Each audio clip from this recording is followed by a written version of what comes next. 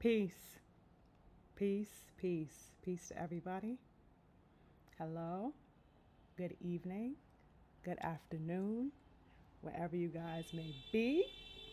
Um, Hopefully, you guys could hear me. First things first, you already know what to do if you are in the building. Put a 9 in the chat. Let me know if you guys can hear me clearly.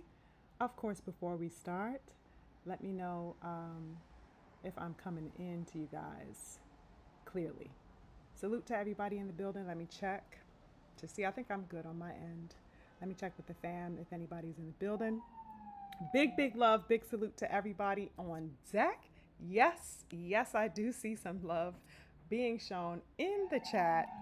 Big salute to the King T Hunt in the building with his nines, with his heart and his salute emoji.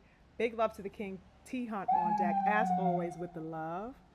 Big salute to my beautiful sister Cameron in the building. Salute to you, my beautiful sis.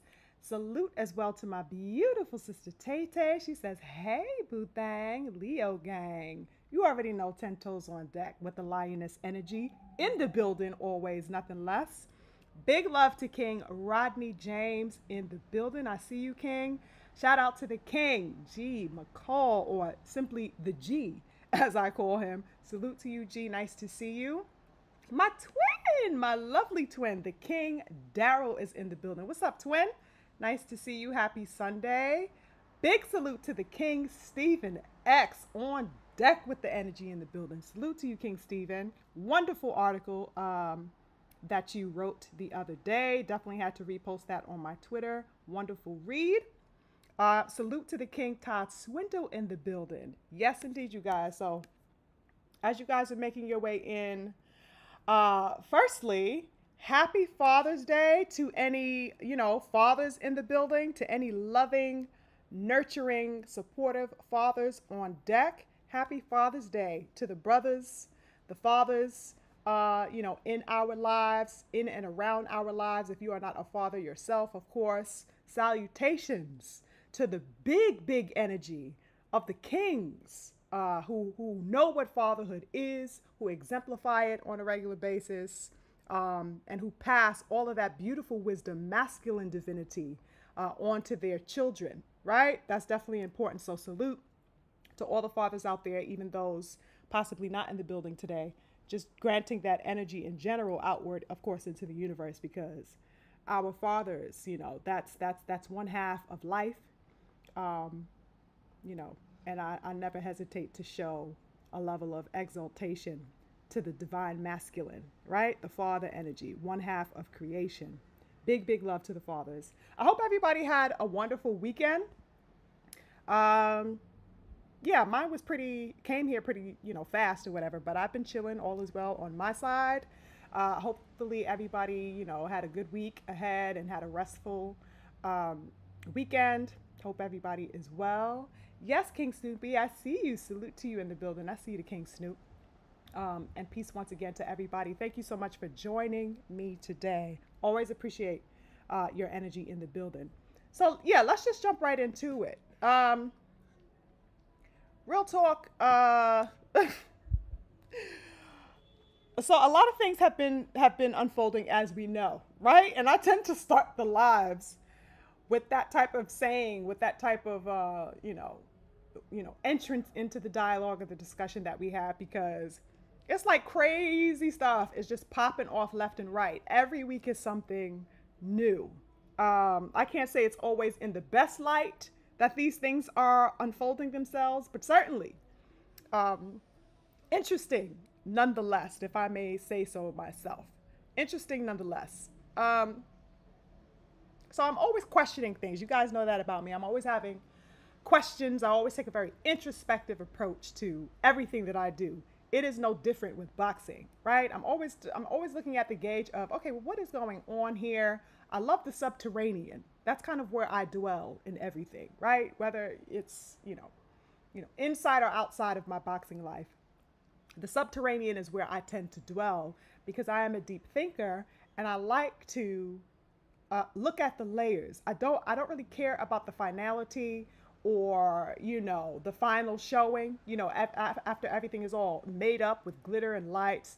I like to look at what is underneath those particular types of things that are presented on the surface level. I never stay on the surface with anything. I always like to go and delve deeper. Okay. Now, over the past week, what I have been doing is just that, right? And ultimately, it brought me a question that was forefront in my mind, which was, I just found myself questioning, like many of us here, many of my family here have been doing the same thing, because we have not only spoken about it, of course, on my platform, but just throughout. We go to the houses and rooms and spaces of other people that we enjoy in this boxing YouTube space, and we find ourselves, convening on these types of issues. And what I find to be most central as we go to our brothers and sisters' rooms and have these conversations on boxing and things like that, what seems to be a common denominator is, what seems to be a level of heart failure going on in boxing, you guys. Am I tripping or no? Isn't that the common denominator that we find ourselves amid when we are discussing particularly this era of boxing and how things are going about, how things are handled, how things are presenting themselves, the ways in which fighters are now enacting, certain and particular behaviors, whatever, et cetera, et cetera. So that the common theme throughout it all, no matter what is being exemplified, is a sense of heartlessness. It's a continued theme, a continued language that seems to be, at least in my point of view, weaving itself into the fabric of every ounce of boxing, right? And it isn't anything that is, an impossibility. It's not anything that's, I would say, is an anomaly, right? Because throughout the eras of boxing, for over a century, right, we have seen levels of ducking. I mean, Sugar Ray Robinson ducked Charlie Burley for I don't know how many years. You know what I'm saying? We've seen all types of people duck smoke with, all types of legendary fighters, and even legendary fighters themselves having been caught in the crossfire of whether it was duckery or the politics of boxing getting in the way of fights being made. We have seen all levels of evasion or, swerving or whatever have you, right? So that I'm not trying to make it seem like it's a pink, unicorn or something like that. Not to that degree, but there is a pink goddamn unicorn, on deck as it pertains to the deliberate nature in which we are seeing it now. The deliberate nature in which we are seeing it now. How it is manifesting itself now. Because unlike the days of old, we have all sorts of structures and things in place that are, coddling, this particular type of behavior. We have new ways of media allowing for this particular type of evasion to, go forth, right? In ways that we have not seen in the past. Media has always been a very structural component within boxing. It's always been kind of a dictator of pace and tone and atmosphere in boxing, right? And so that has always been the case. But the new ways in which these things are being allowed for play a significant role, I think, in the overall temperature and tone of boxing that is contributing to the heartlessness that I'm speaking about. Does that make sense? So that's kind of what I have been sitting on. And you know what? Real talk. If I could just say this as well.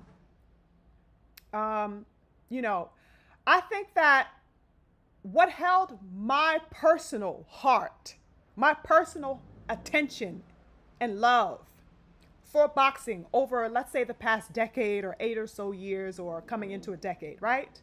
What has held my heart in boxing for all of these years?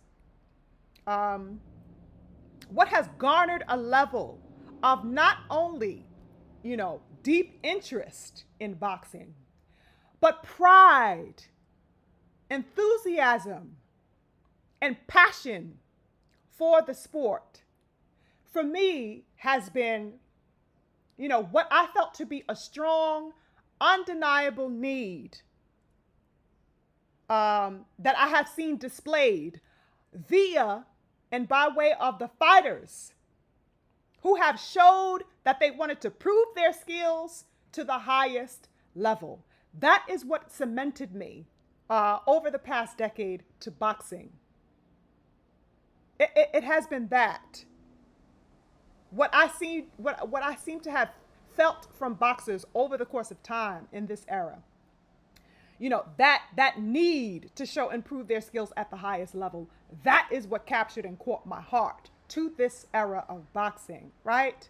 The central energy, the central focus and desire from these fighters that was placed upon the claiming of, the reaffirming of, and the conquest of one's expressed capacity for greatness in what they do, that is what captured my heart about this era of boxing. It was a new, fresh face, fresh perspective, fresh, era, if you will.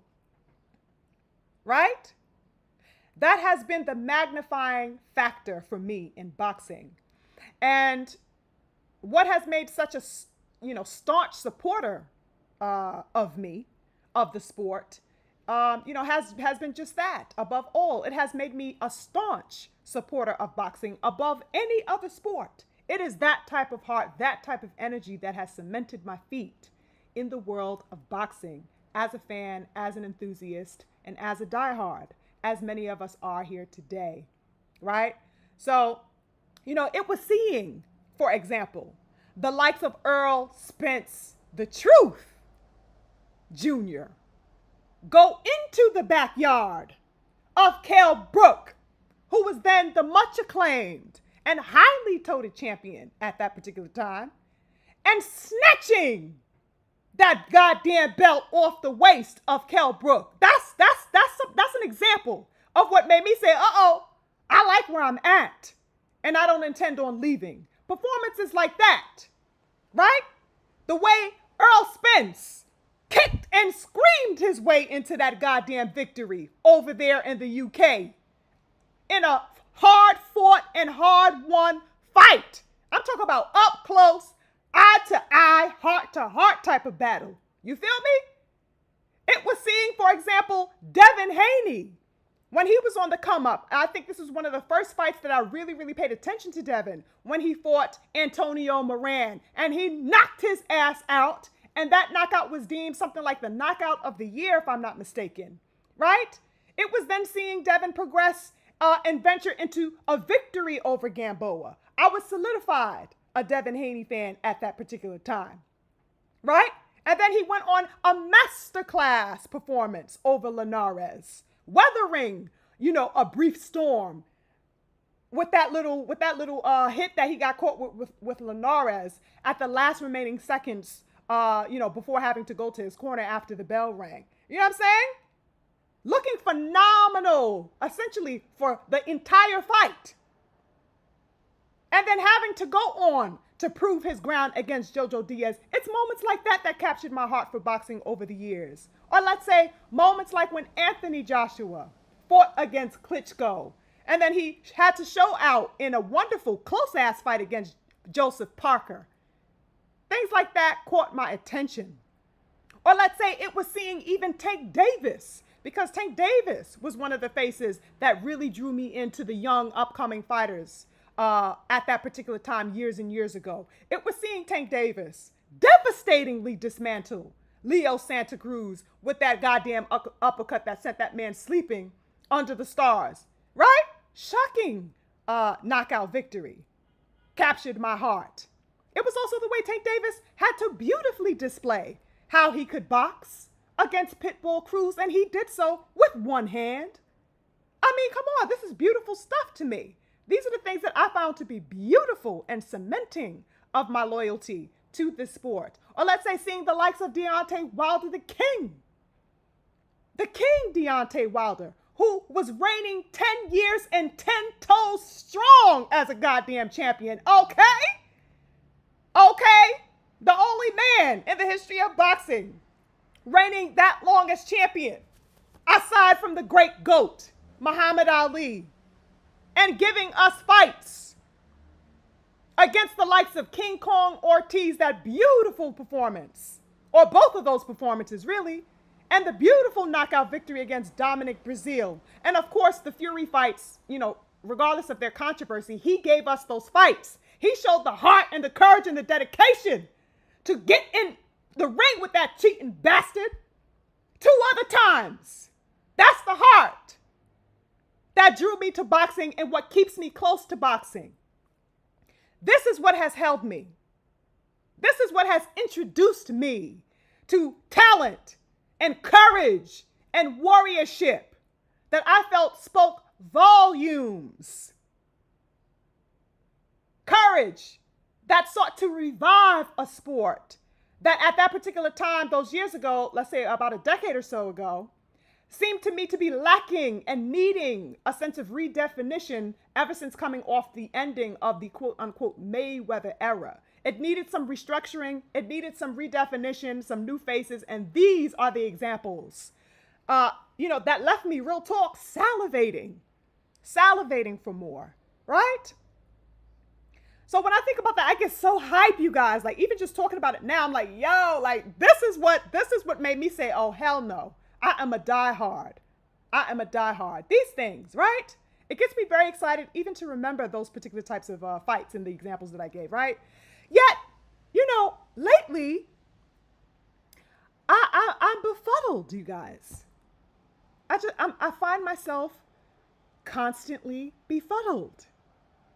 In a constant yo-yoing type of bewilderment.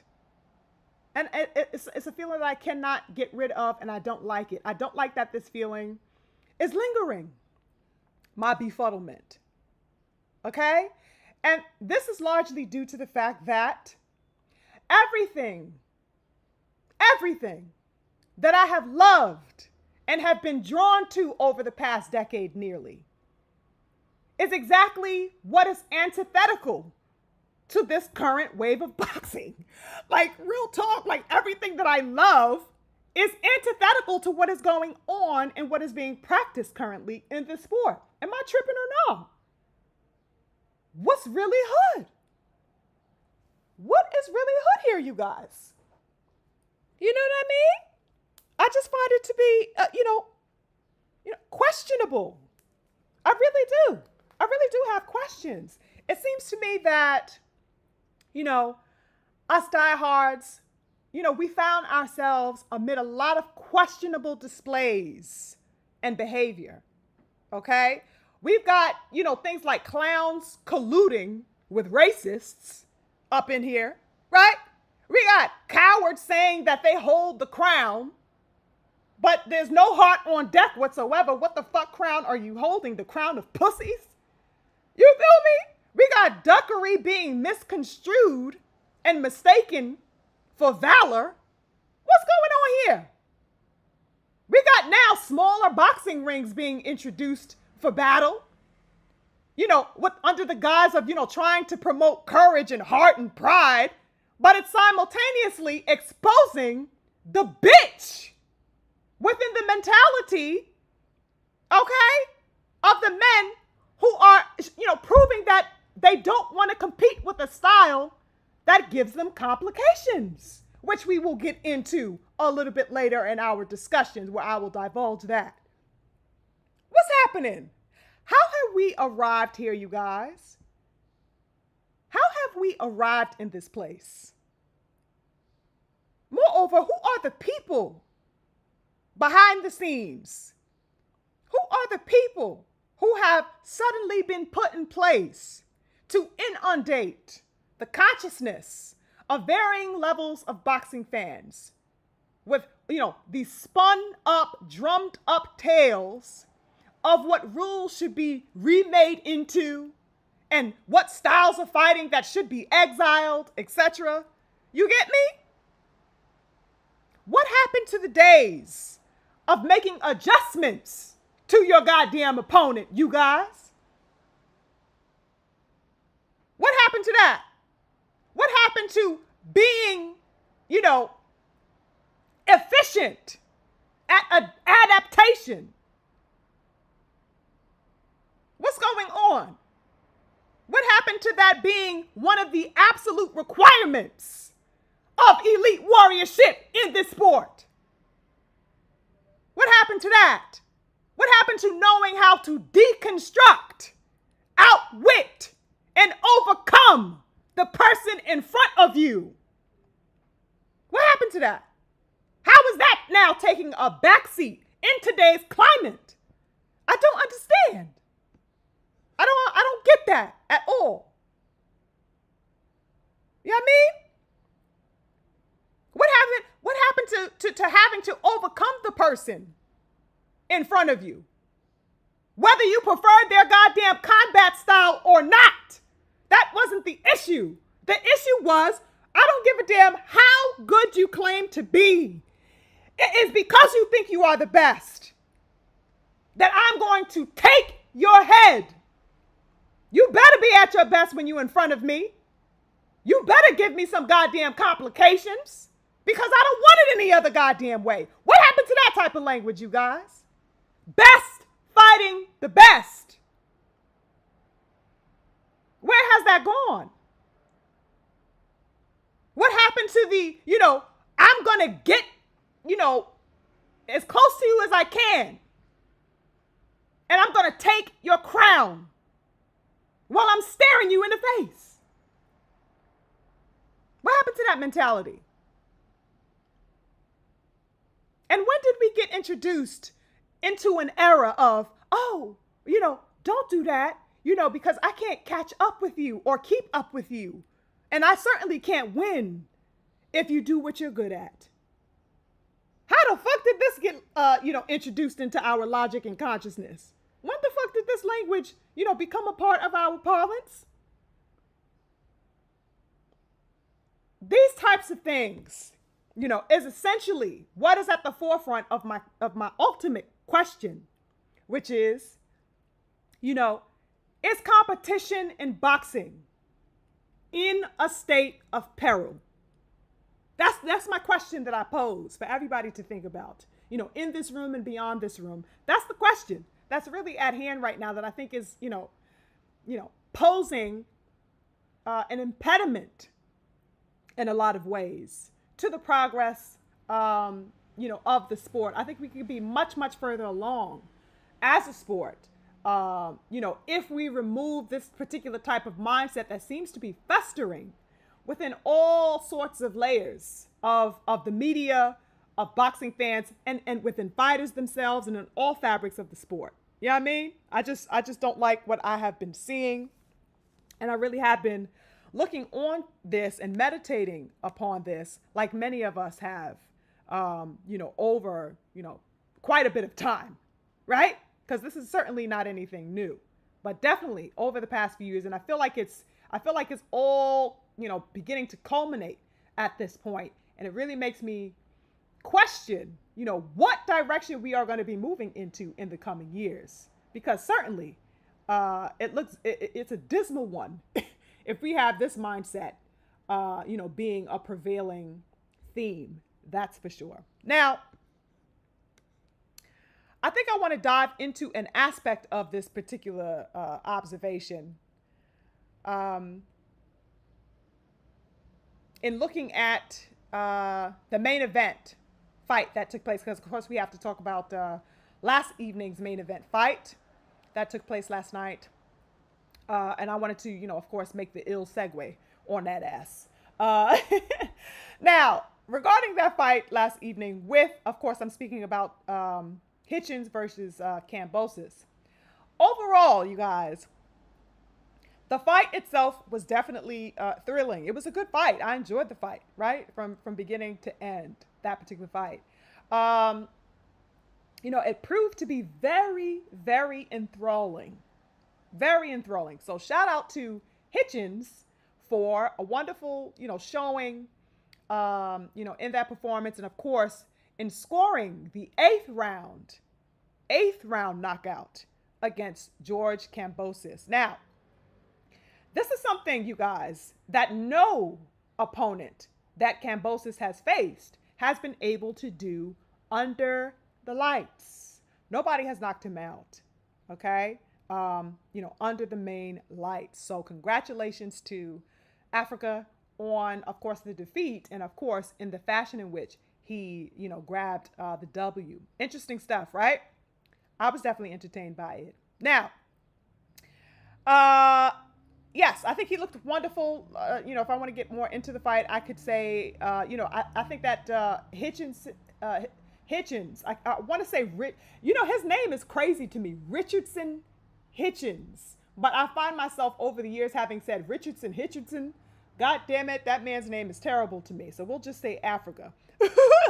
I loved Africa's jab. I think that was my favorite tool of the night that he had, even though he had, a myriad, ways to display the other tools that he had. The jab was definitely my favorite, but I did like the way he switched it up and he threw in some beautiful straights and some hooks in there. Of course, his body work was doing some major damage. He would touch the body up every now and again, and of course, it was that body shot, devastating liver shot, that took Kambosos all the way out of commission. So, very nice, clean job from Africa. That's pretty much all I could say. I think that the major thing that we are all wondering now at this point is what's next, right? That's really pretty much all that you can say. Now, really where my interest and where my query, most notably, rose from this particular fight really was concerning the aftermath of this fight. That's really where the queries began to rise for me. Now, I'm sure we've all seen that unabashed pump faking that was displayed in the ring by Africa. Okay? What was that, you guys? What is it that makes grown men clout chase like this in this era? That's another thing that is, that's just diabolical to me, and that is feeding into this notion of heartlessness to me. You cannot clout chase the way these kids be clout chasing these days. What's happening here? You mean absolutely no intention on standing on the smoke that you are quote unquote calling for? What's the point of goddamn doing it?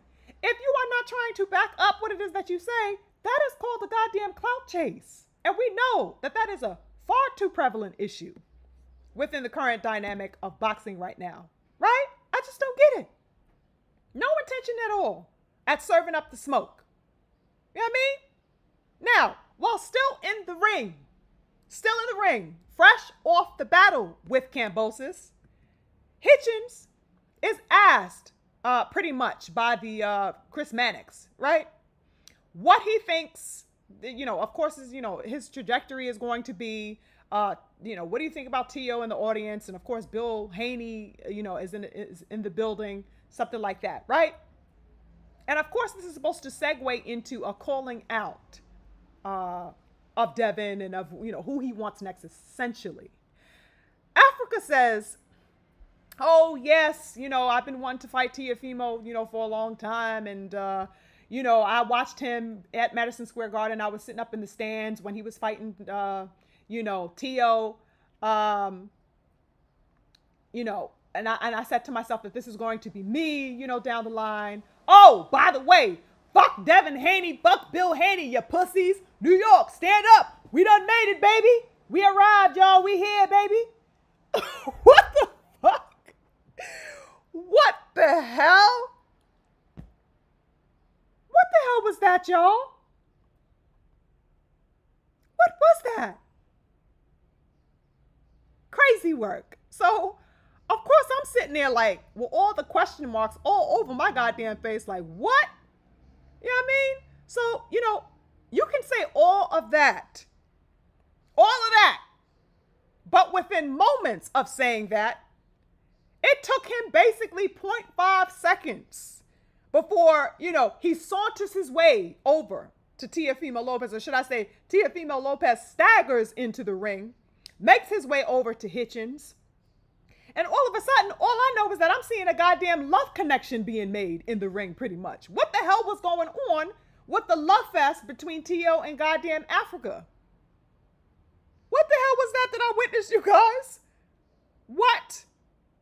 I sure as fuck wish that all that pressure that he had for Devin and Haney with those words, he put on goddamn Tiafimo, who was using all types of goddamn N-words with the hard ER, left and goddamn right, and sending goddamn gift baskets from Whole Foods, filled with watermelons over to black fighters. Where the fuck was that heat and that pressure then?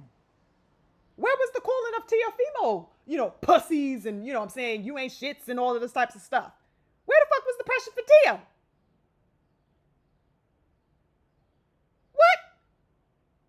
I was instantly, you guys, taken aback down goddamn memory lane of the despicable glaive fest that I'm sure you all recall here today, of when Ryan the racist made his way to the ring after a fight that Tank Davis had, and those two goddamn men proceeded to do a goddamn love dance in front of the goddamn world.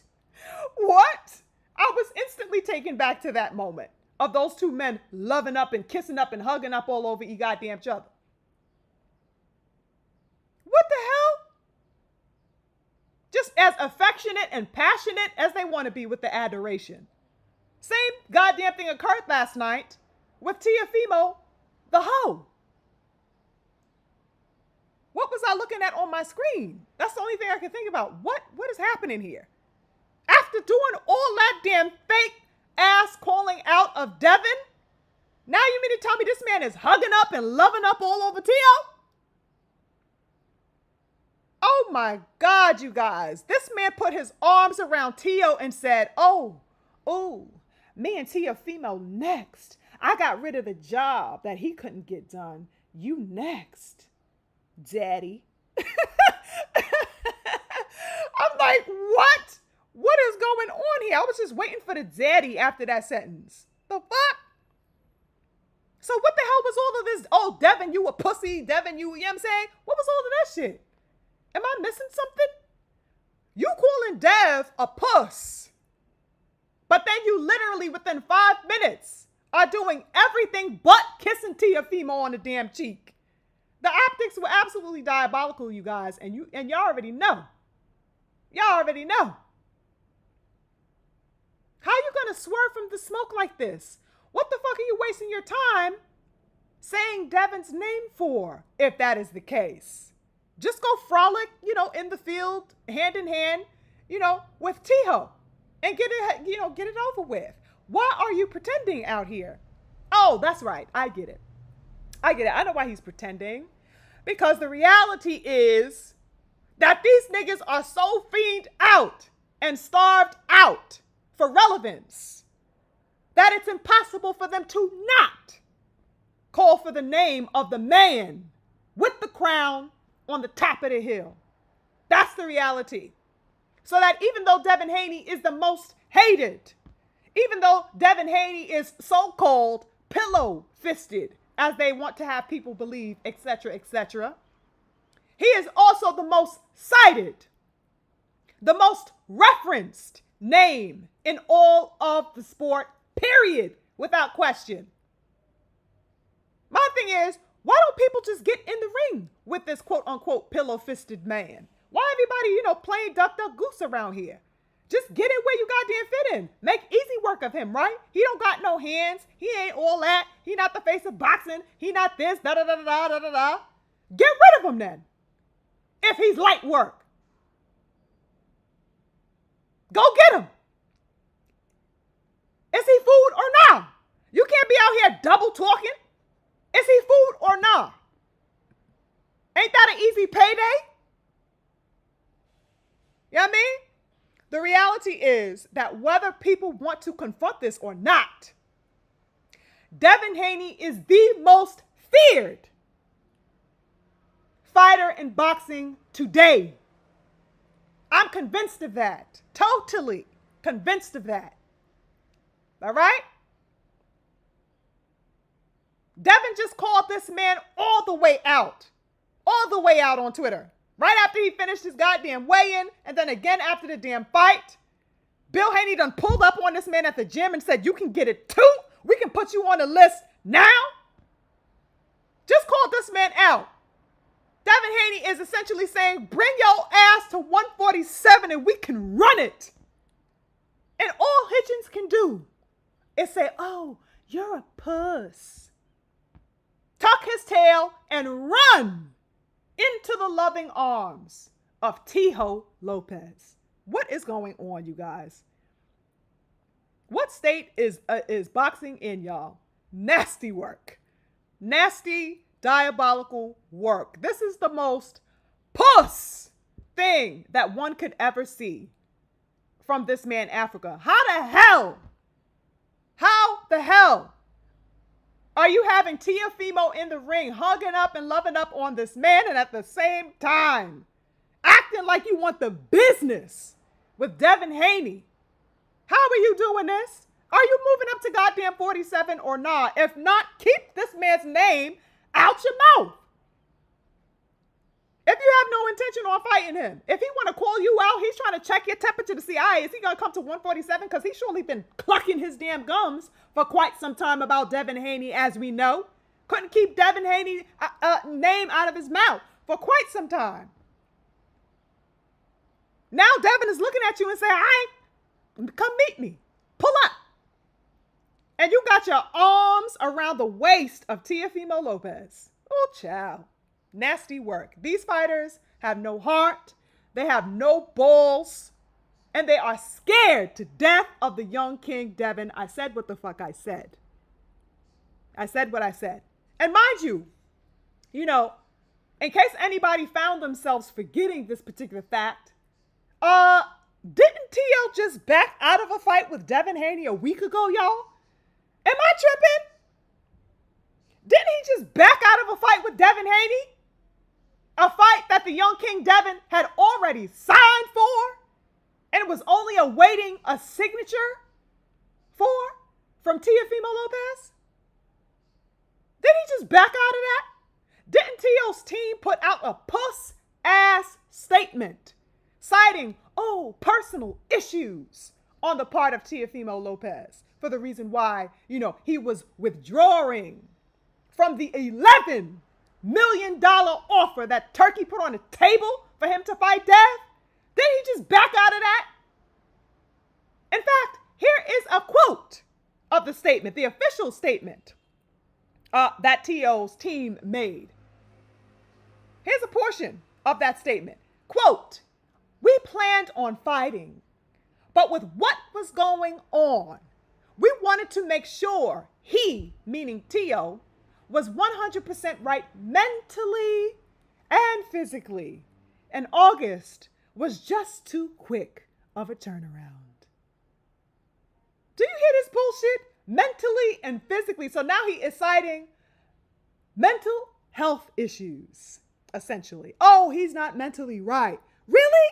He's not physically right. Oh, really?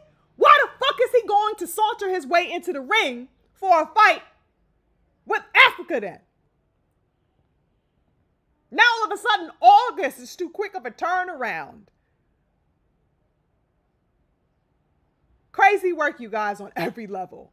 How curious is that? I wonder how much a fight, now that I think about it, how much of, is going to be offered to Teofimo Lopez in getting this fight with Hitchens.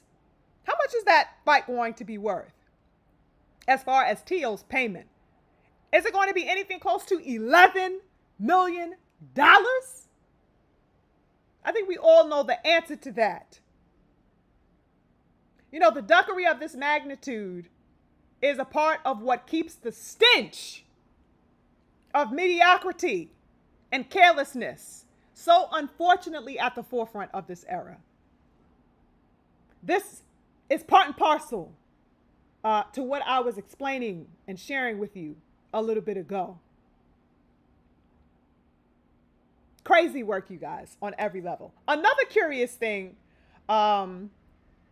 really quickly, that I wanted to touch upon, off of the back of this Hitchens victory that I noticed, is that in the aftermath of this Hitchens fight, I am seeing, all types of haters who are suddenly just, tickled pink. Tickled pink off of this victory over Cambosis. They are suddenly so elated, so overjoyed about this victory of Hitchens over Cambosis. Now, if I recall correctly, a crazy amount of people not too long ago were saying that Cambosis was trash. Straight up and down trash. And they were certainly saying it, of course, when Devin Haney fought him. That is. Right? So all of a sudden he's made trash and was deemed trash, labeled trash, because Devin Haney fought him and beat him so convincingly. And grabbed 3 of those straps. Why all of a sudden is this love being given to Africa for facing him? Am I missing something here, you guys?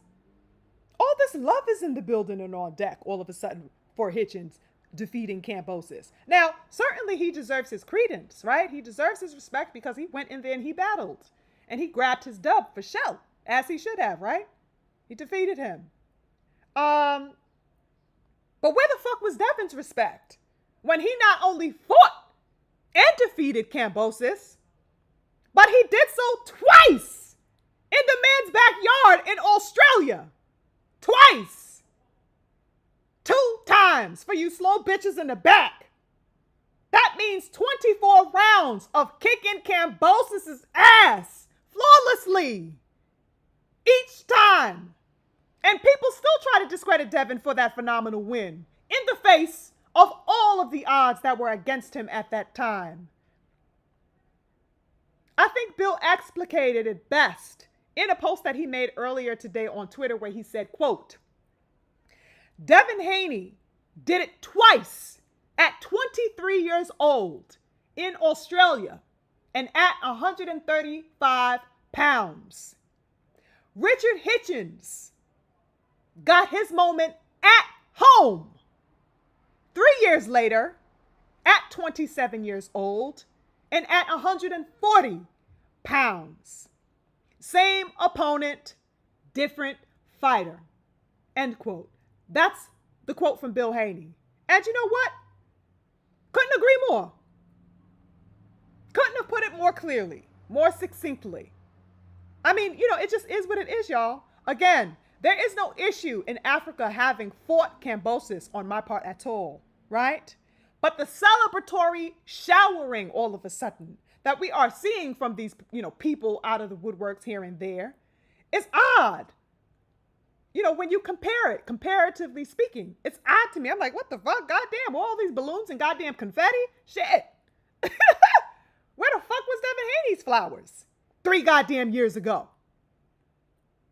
Cambosis was absolutely called trash, principally, as I stated, because Devin Haney was facing him. But all of a sudden, he's gold in the hands of Hitchens?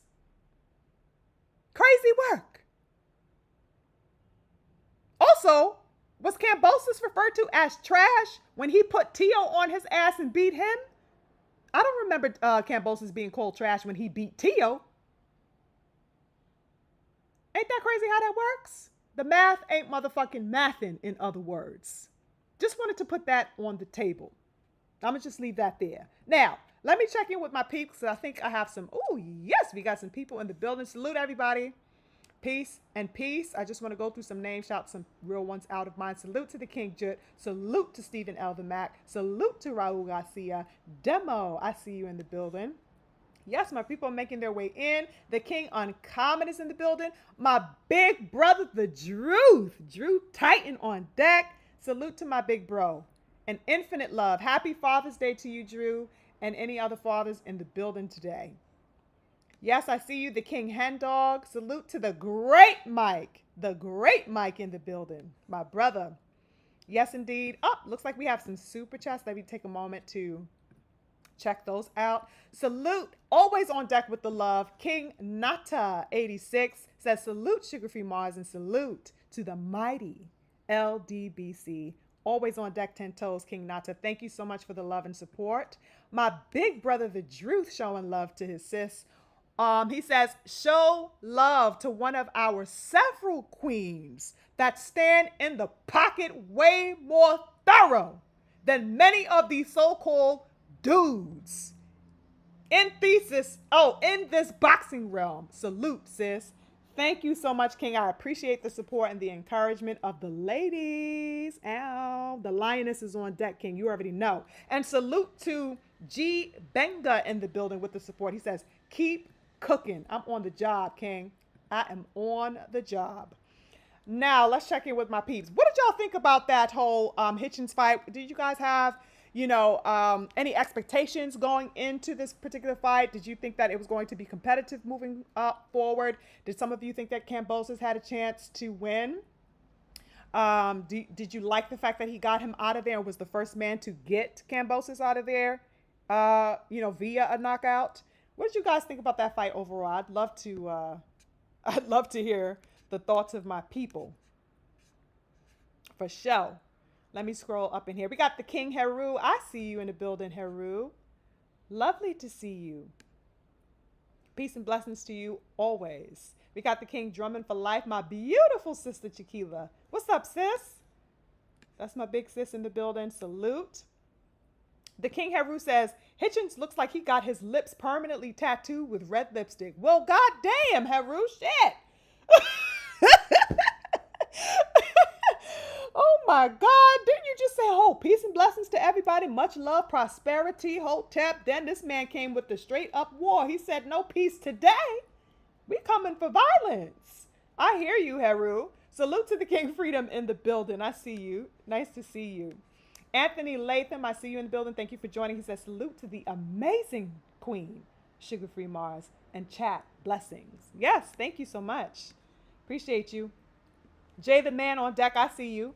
The Great Mike says, last night showed clearly that these fighters will join forces to try to eliminate Devin Haney. Shit is unbelievable. Real talk, yo. Like, they forming a fucking sassy ass Voltron. That's what I'm have to refer to these people, joining forces. You know what I'm saying? As you said, a sassy Voltron is what the hell that they, are making themselves into. They just pile up and connect to each other and form the sassy Voltron patrol. Sassy Devin Haney hater crew. I don't know how the fuck to refer to that shit, but it's definitely diabolical. Great Mike. Salute to the Key of Life 7 times. In the building, peace to you as well. Thank you for joining. Salute to the King Ra, I see you. My twin says exactly, 100%. Cam Bozo was trash when Devin beat him. Now Loma and Hitchens beat him. And it feels like they beat a pound for pound great. Child, you better talk to him, twin, and let him know. Because that's absolutely what it's looking like to me as well. We got somebody in the building named Growing with Soul. Blessings to you as well. He says, blessings, great sister Sugar Free. Thank you so much for that love. I appreciate it. And thank you for joining us this evening. I appreciate it. Salute to the King Earl Ferry in the building. He says, Loma had already stopped him to the body in the previous fight. Oh. Well. Did he? Why don't I remember that? I don't remember it. He knocked him out? I don't remember that at all. I really don't. But then again, that really wasn't a fight that I was like really wrapped up into like that as well. Salute to the King David. What's up to you? I see you. Growing with Soul says, I knew it was going to be easy work. You did? Yeah, for sure. For sure. The King Uncommon says, I expected Hitchens to cut a jig. He's displayed an alarming level of obsession with Devin recently. I said, I'm not watching no coon fights anymore, and I stand on that. Didn't even watch the fight. Damn, King Uncommon 10 toes in the militancy to not support the foolishness. I respect that, King. I surely do. I got nothing but respect for that because it's a whole lot of goddamn coonery out here in these streets. For sure. For sure. The King Earl Ferry says, Hitchens looked good in clean boxing. I felt it was the volumes of punches that he landed, not really the power. Yeah, I agree. I think he definitely overwhelmed Kambosos with the volume of punches, but and that body shot was perfectly placed. You know what I'm saying? And That was enough power to get the job done in that instance for sure. But it could have definitely been a culmination, uh, you know, via the volume as well throughout that fight. That ultimately and effectively chopped Kambosos down. It seemed like Kambosos had not very much in the tool bag for Hitchens. Very interesting stuff. The King David says, Tank Davis and Devin are definitely the villains of boxing today. Oh, really? Hmm. I like that one. King Snoopy says Holtron. There we go. I got to clap for that one. Holtron. Likes that. Definitely likes that one. Holtron. It's a whole congregation of whole juice, Snoopy. The whole juice is being passed around in the Holtron, form that they assume, I guess, right? King Steven says, yeah, it was a TKO in the 11th round. Why don't I remember that? Why don't I remember that, Steven? Could you tell I didn't give a damn about that fight? I saw the fight, but it's like I didn't really give a damn about that damn fight. I really didn't remember that. But it's actually coming back to me now that you guys are jogging my memory of that. Interesting stuff. Salute to the King. Freedom in the building on deck, 10 toes as always. With the super chat, he says, interestingly, Kambosos is one of the only fighters to stand on their nuts for Devin. Yeah, exactly. Even though, he was trying to, rescind his stance, when, they got closer to making that fight, he was trying to take it seemed to me that he was trying to turn left and exit out. I am glad, that he stood on his word and ultimately, didn't duck the smoke with Devin and gave him that fight, during that time, because it looked like he was certainly close to running his ass to the exit as fast as he could. But yes, he is the only one who has stood 10 toes in his saying that he was going to fight Devin and actually saw it through. So Kambosos always has my respect for that for sure. Definitely. Now, let's get into something. Fortunately, you guys, as I'm speaking on this level of heartlessness and, these displays of cowardice and duckery and the Holtron activating and the coon chip. Don't forget about the coon chip, Snoopy. So we got the Holtrons, but they're also activating the goddamn coon chips out here, right? So we got all types of things we are battling as real ones, left and right, okay? But despite that, fortunately, not all hope is lost. Even in the realm of all this foolery that is going on, there is an aspect that still exists, within some fighters who are actual warriors, right? In the realm of competition. As I say repeatedly, there are warriors, you guys, who don't flinch. That still exists, right? And maybe, in numbers that are not as vast as we would like it to be in this current climate, they do exist, right? Warriors who don't flinch or shrink themselves in front of an opportunity to show up 10 toes and prove 10 toes, right? And I think that we had a wonderful showing last evening of that from the young king, Andy Cruz. Facts or no? Shout out to Andy Cruz and Bozy for claiming a stunning victory last evening, you guys. I am with the shits with Andy Cruz, you guys. Okay, make no mistake about that. Talk about smoke. Talk about smoke. I am an absolute believer.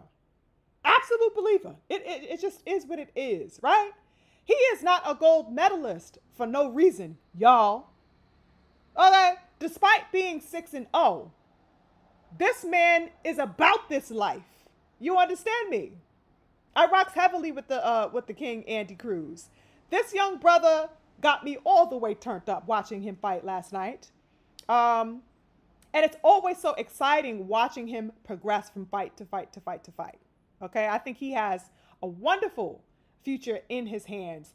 Big congrats to him on his victory against Hironori Mishiro. I believe that's how you say his name. You guys, Cruz was punching through that man, Mishiro.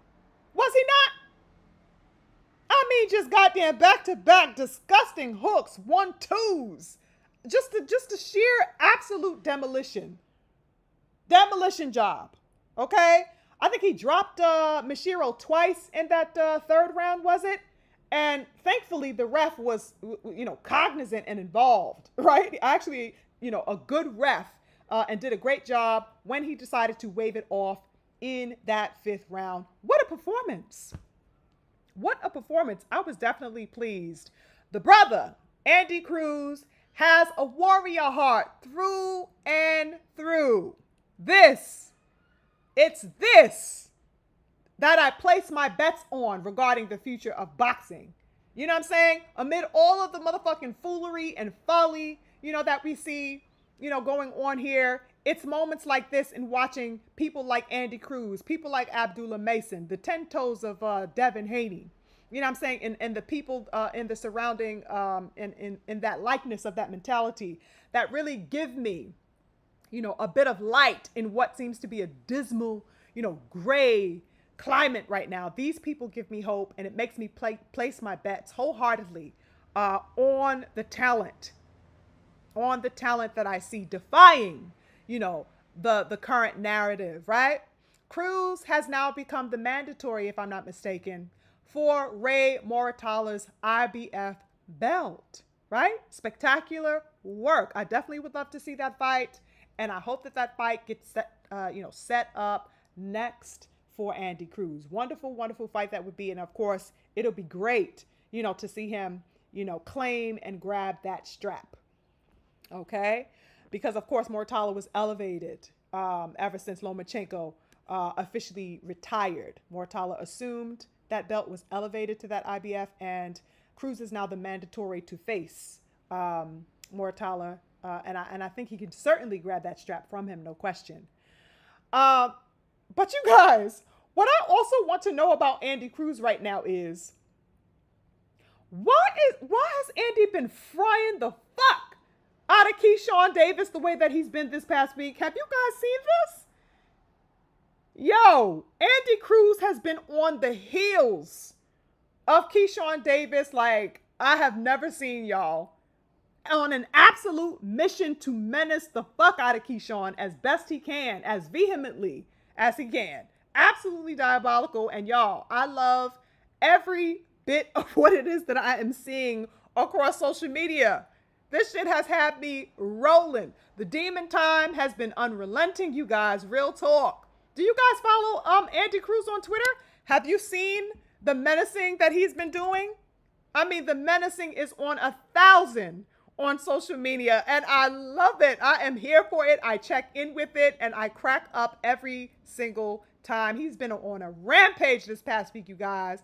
This man has been putting nonstop belt to ass on that man Keyshawn Davis, yo. For real. I'm not sure if you guys saw, but he posted a video of himself today with his phone, okay, explaining how heartbroken he is because today is Father's Day and he has not received a call yet from Keyshawn.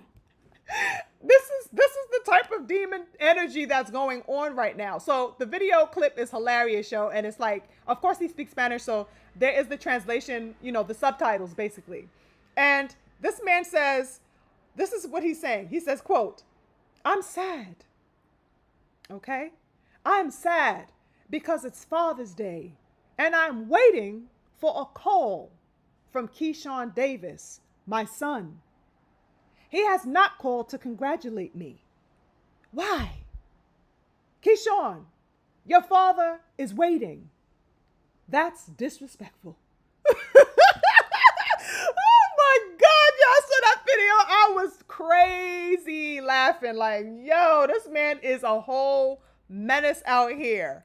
I was like, listen, Andy Cruz, I absolutely concur with you. The brother Andy, he's got a point. That is disrespectful. How could you not call your father for Father's Day? Right? Show some motherfucking appreciation, Mr. Keyshawn. How dare you? Right?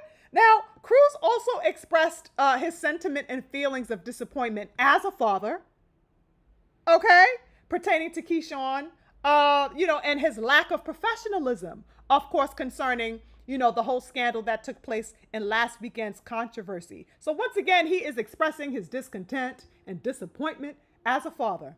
Okay, so he gave a little response to these sentiments that he has been holding in disappointment for his son. This is what the King Andy Cruz said in another video referring to last weekend's scandal.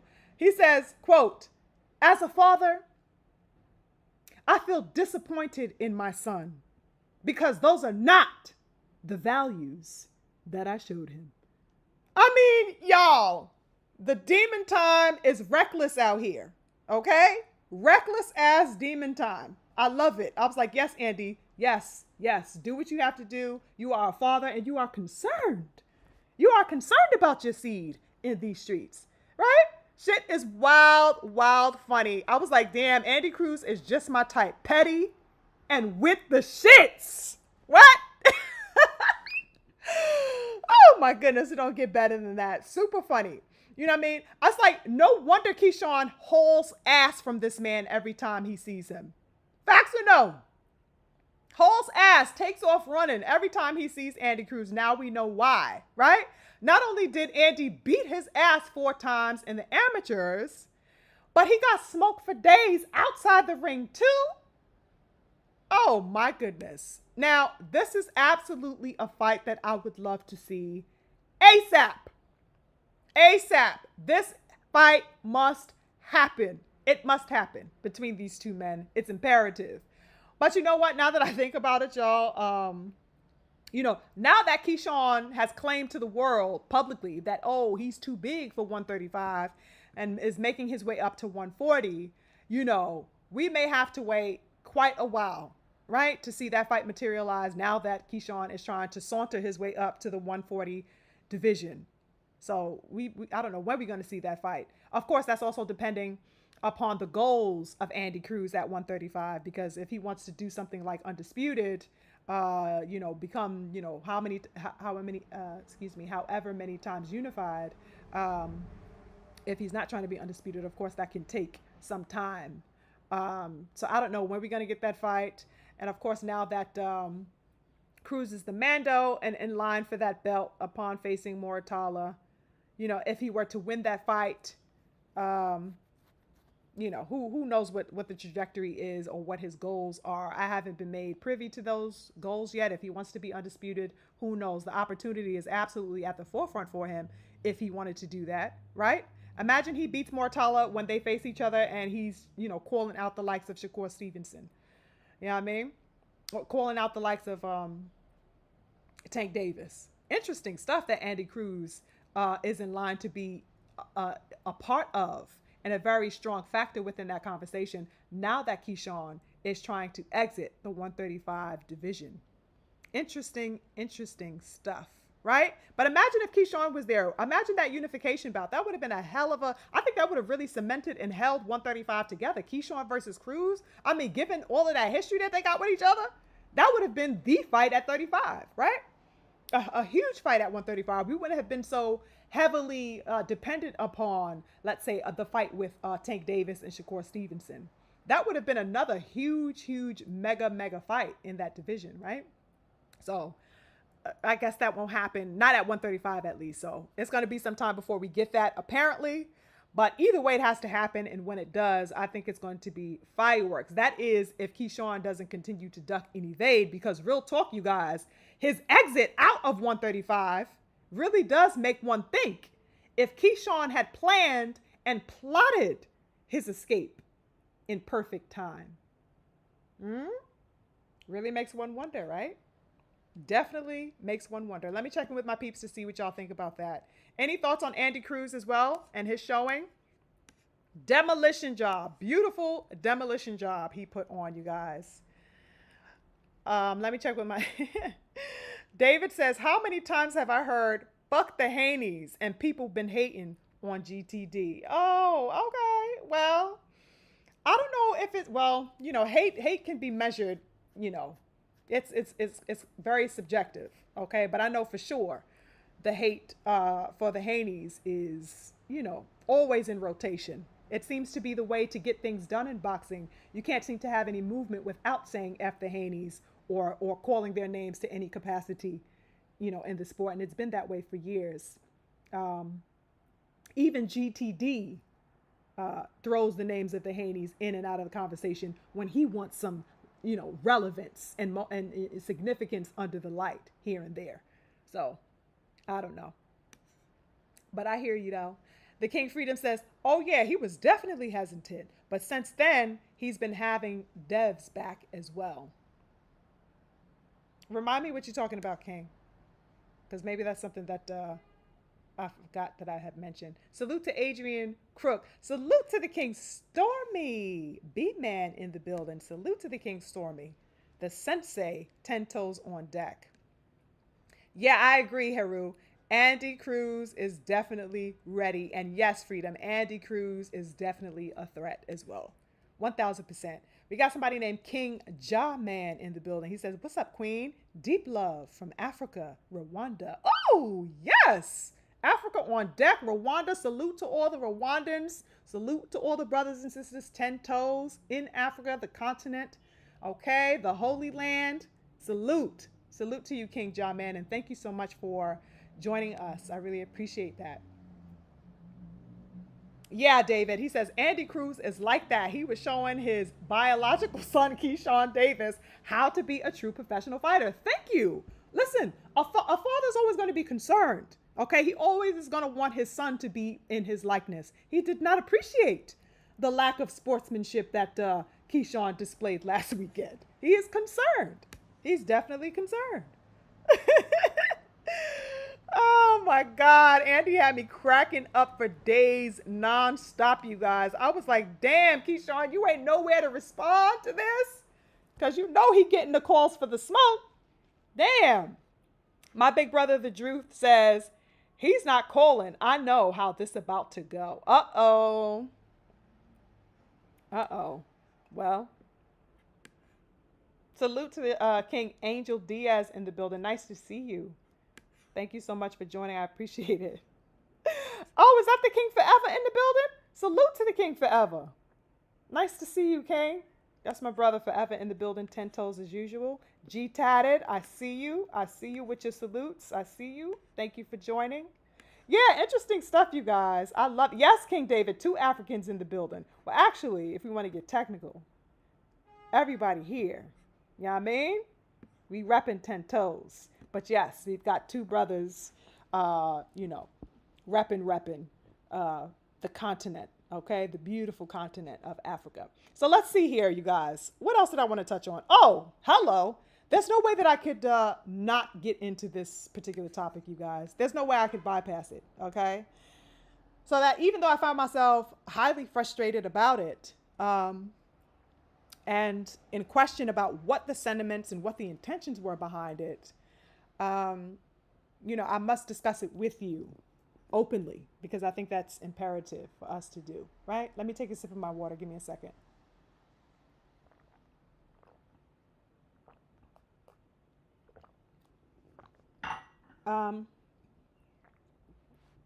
Let me see.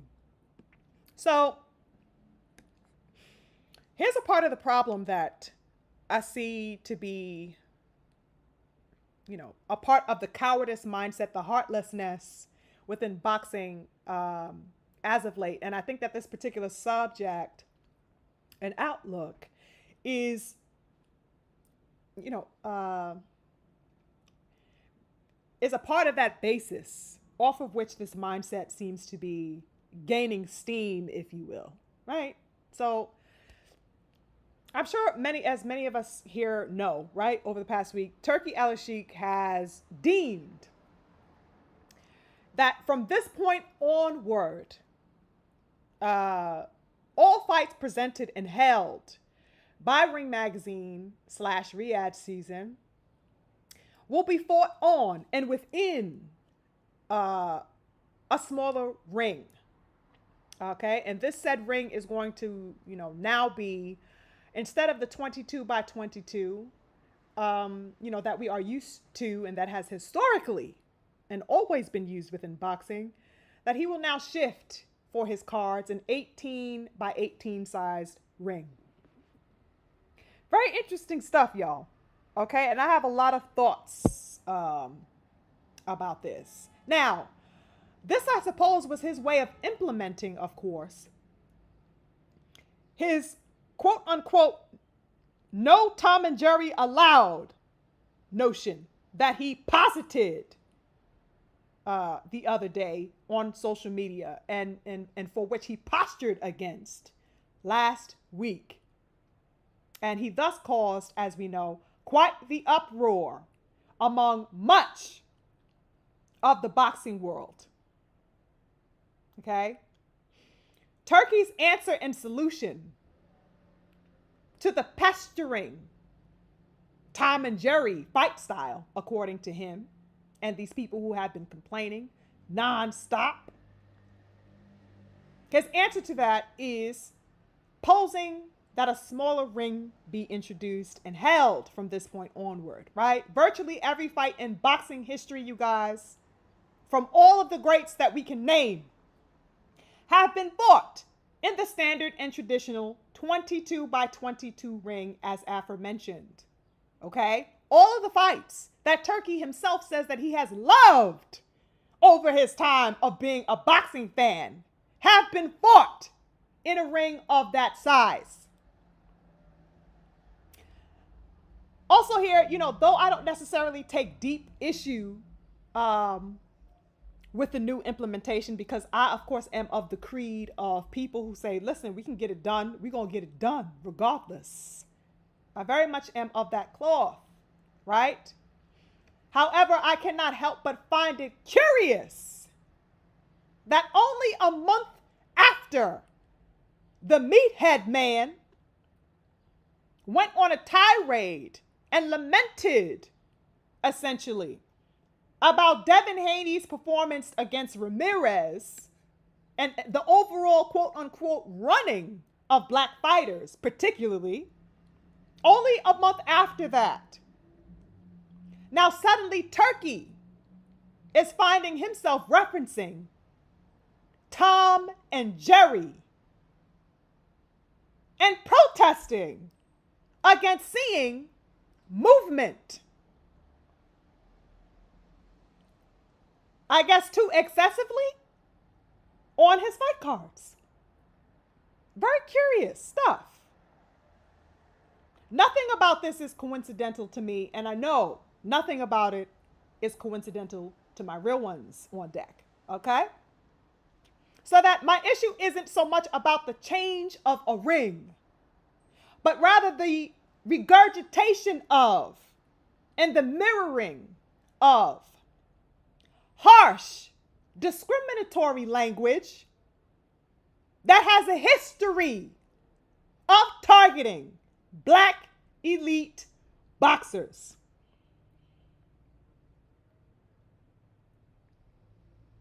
You feel me? The change that he is making, whether he is able to be aware of that or not, whether he is trying to blatantly state such or not, is tied to this logic and this history. That is my issue. My quarrel is the parlance, the political jargon and associations that have been inundating the boxing world for well over a century against black men. That is where I am looking at. That's what I am panning into. This logic, this viewpoint. Okay? I posit that my stance is evident when we look at, the storm itself that it caused across social media over the past week. The proof is there. Turkey did not name, names as to who he was referring to, or, even mention the fact that his decision was based on a particular fighter, or, on what performance, had caused this sudden expression of his dismay. He didn't say anything to that capacity. Nothing, right?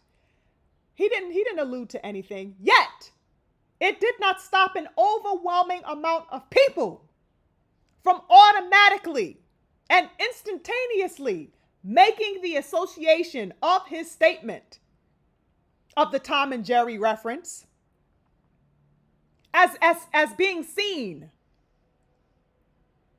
as referencing elite black fighters. Everybody's mind directly went to an elite black male when they heard Turkey's posit. Facts or no, you guys? Did anybody think of Jaime Munguia? Did anybody think of Canelo Alvarez? Everybody's mind quickly diverted towards the direction of an elite black male tied to this decision, tied to this public statement that he was making. Instantaneously, just off top, without a single name being mentioned by Turkey, nothing. The correlation was made to the elite black boxing style, which is that of movement, which is that of footwork, which is that of angles, etc., etc. Right?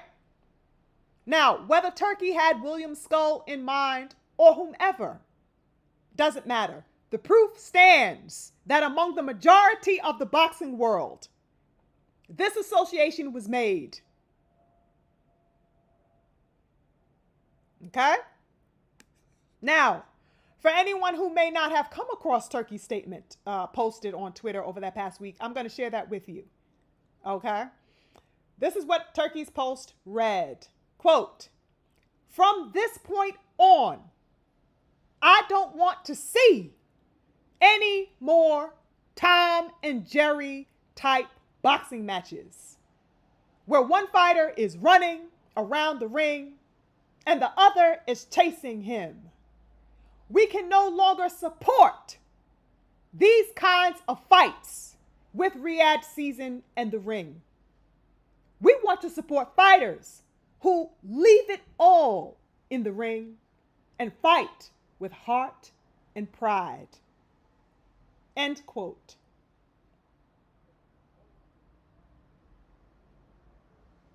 You know, reading that again, because of course I've, been seeing it for the past week, but just, reading it again is just like, the fuck? And I called for him to explicate this, as many people who were in his comments have. They were waiting for him to substantiate this because everything about it is dubious. Everything about it is dubious. Now, like I said, many people have also found issue with it because within the statement, Turkey appears to be mandating, first of all, how a fighter ought to fight. And that is crazy work. Crazy work. It can be considered absolutely unrealistic to demand that a fighter must at all times stand rigidly, in front of his opponent at all times, instead of using the ring to his benefit for the purpose of things like, defense, generalship, tactics like baiting. For example, movement is used for a myriad reasons. Myriad of reasons. There is no one way or one, position that footwork is used to serve. You can run the gamut on footwork. Footwork opens the door for everything. Okay? It opens the door for the most fundamental thing, even, which is the jab. You got to have footwork to even support a jab. So what are we talking about here? As if footwork is a motherfucking fungus or disease or a cancer to a boxing match. It's absolutely diabolical to me. Okay? The ring is terrain, right? You think about a battlefield and terrain and having to make use of your environment. That is the ring. The ring is the terrain, just as any other battlefield. It must be and should be used to one's advantage and benefit as much as possible. Any warrior would be an absolute fool, an absolute imbecile to make themselves a standing target for their enemy in any situation. Boxing is no goddamn different. What the hell is going on here? All great boxers throughout the century knew this and exemplified this. Like, what the fuck? The 18 by 18 ring being implemented to quell movement is quite laughable to me, you guys. Real talk. Real talk. Because you know what? Black elite fighters who do exhibit, let's say, a come forward style or, you know, an aggressive, assertive style are still criticized. They're still going to be criticized either way. So it's not like thinking that you're going to assert and mandate, oh, black fighters, with the elite ability, have to have we got people like EJ. You know what I'm saying? We have people like Wilder on deck. Still goddamn criticized for their styles. So it's not like it's going to save them the criticism and a lot of times the disavowing that they face. For example, also, Boots fought Karen. Let's think about the Karen and Boots fight, right? Both fights, okay? He fought Karen both times with an assertion and with aggression. Facts or no? Yet that wasn't enough to win over the very people who claim to not like quote unquote running. They still fucking castigated Boots Ennis. And he was the assertive one. He was the aggressor. He was the come forward one, the pressure one in both fights. Another example. The young king Devin Haney stood 10 toes in front of Lomachenko. Okay? And it won him absolutely no grace from the many, quote unquote fans or critics who complained about that particular performance. Let's use another example. Shakur Stevenson approached Josh Padley like a bull in that goddamn fight from start to finish. All pressure. Yet nobody applauded Shakur for being unrelenting in that particular performance. They looked for faults. Oh, why did it take him 9 goddamn rounds? Everything else except, he's exhibiting this supposed and alleged style that we love. Where was his motherfucking, accreditation? Non-existent. That's where the fuck it was. It didn't exist. Okay? So it's like, there is no win with black fighters as it appears to be to me. Now, not that this is a notion that Turkey, himself subscribes to. Like I said, he has not explicated any aspect of why he made this statement and what drove him to making that statement. But I am speaking about the larger boxing world now because I want to put it in context. I am saying that I posit that my notion holds validity. Okay? Also, as far as the response to this new 18 by 18 decision, I haven't heard any outcry towards it, generally speaking, right? I have not heard, fighters flooding the, airwaves saying, listen, I don't think this is right or anything like that. Virtually, I am saying there has been no general resistance, right? So generally speaking, people seem to be with it. In other words, they seem to be accepting of it. Now, even Bill Haney, I believe, took to his Twitter and he posted, his opinion about it. Here it is. He says, quote, 20 feet, 10 feet, 18 feet, skills pay the bills. Okay, that's Bill Haney. And I believe, that's mirroring, a lot of sentiments of fighters. Fighters are like, listen, I'm trying to get it cracking. I'm trying to get it busy. Let's get it popping. And, if they're with it, I'm with it. You know what I'm saying? I believe that this new ring will be introduced on the coming Riyadh card that's going to feature Shakur Stevenson and Zepeda.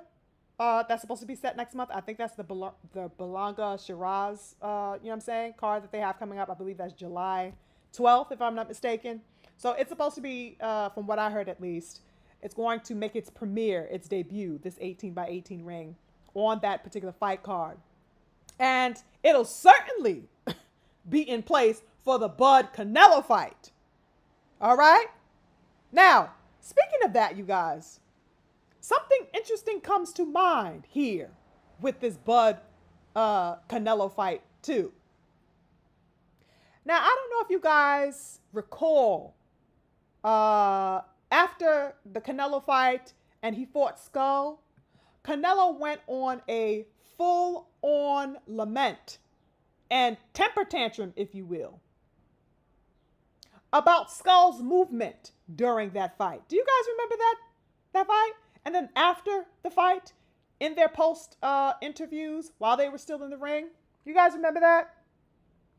Well, when asked what he thought of the performance, in his in-ring post-fight interview, Canelo was asked what he thought about it, and the fact that he had to work hard pretty much to get that victory is what the announcer said. Oh, you had to work hard for that victory. What do you think about the performance?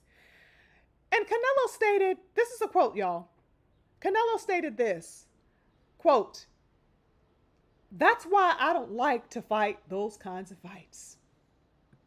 They come just to survive to the 12th round. That's why I don't like them. I hope September comes and it's another kind of fight." This is Canelo. Mind you, Bud Crawford is fucking standing right next to him when he says this. I hope that when September comes, it's another kind of fight. What? What? And then when he was asked, about how the judges scored the fight, because I believe one of the judges had that fight 115 to 113, this is what Canelo said to that. More complaining. He says, quote, with that kind of fight, meaning fight style, with that kind of fight, anything can be said. For me, it's a boring fight. Like a fighter not trying to win, just try to survive, and I hate that kind of fighter. Do you hear this shit, y'all? Do you hear this shit, y'all? Do you know how significant that is? Absolutely significant. Firstly, Canelo is blaming. I need you guys to, what I'm saying? Stay with me here. Canelo is blaming William Skull for the fight having been supposedly boring. It's William Skull's fault, you guys. He blamed the person that he could not overcome. It's the other person's fault that he could not overcome him and make for an exciting fight by imposing his will on him. It's his fault. Not his own fault that he couldn't do the business to break the wall down. You hear this? Crazy, crazy work. Doesn't that sound familiar, you guys? It's just the same thing as when Devin fought Ramirez, right? Only a week prior to that fight, if I'm not mistaken. Right before Skull and what's his name fought, right? The blame is essentially placed on the opponent who could not be imposed upon. The blame is being put on the person who could not exert their will or dominance or aggression upon. When Canelo made this statement in his post-fight interview, like I said, Bud fucking Crawford, the pound for pound number one in the world by, many's standard and view, is standing right in the ring with him. Right in the ring, right next to him. What kind of awkward shit is that to say? Oh, I hope September comes and we don't have that kind of fight. That's crazy diabolical work to me, you guys. First of all, does Canelo expect Bud to come for some type of, rosemary tea or something like that in September? Do you want to motherfucking get your nails painted with Bud Crawford in September? What the fuck you mean? I hope September comes and I don't get that type of fight. Are we supposed to motherfucking pick daffodils in September, nigga? What the hell is this man talking about? What was he talking about, you guys? Or maybe they're supposed to, I don't know, watch a fucking movie, Netflix and chill up in that bitch? What is going on? Moreover, you guys, why would Bud do the very fucking thing that you want when he is fighting you to surpass you?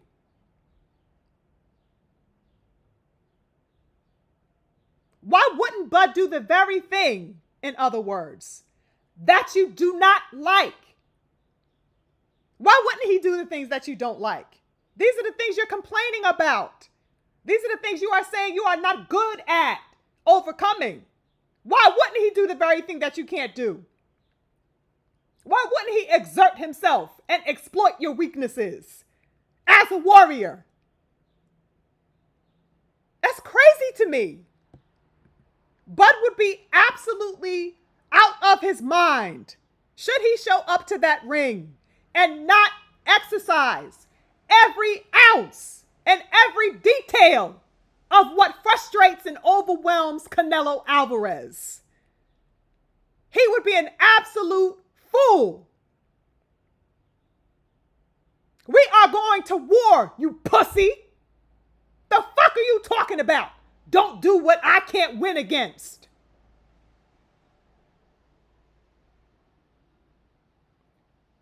This statement that was made by Canelo, you guys, is a part of the overall mindset also that I am speaking of that is mirroring this disgusting diabolical logic. It's insidious and it is swiftly, in my view, proving to be a detriment to the competitive nature and the competitive spirit of boxing. This cannot be had. It cannot be had. Real talk, it begs the question if competition itself is on a downward spiral. This is what pushes my inquisition forward and the plot and the point and objective of our discussion today. This is the question once again at the forefront. Is competition being watered down when such a mindset is being, promoted as preferable? Now we are fighting towards and for the preference of our enemies? What? Now fighters can come in and ask their opponents not to do what they don't want them to put up with? Don't do the very thing that I don't like to put up with in battle. The things that challenge and trouble me and make me think and make me, have to work or have to overcome, have to exhibit a level of intelligence beyond my comfortable, zone. What? What the fuck is going on? You know what I mean? Canelo flat out asked Bud not to compete with him in September, y'all. And nobody's fucking talking about this. How many weeks have passed since that fight was commencing? Nobody's holding this fucking man to the stake for that statement or that disposition.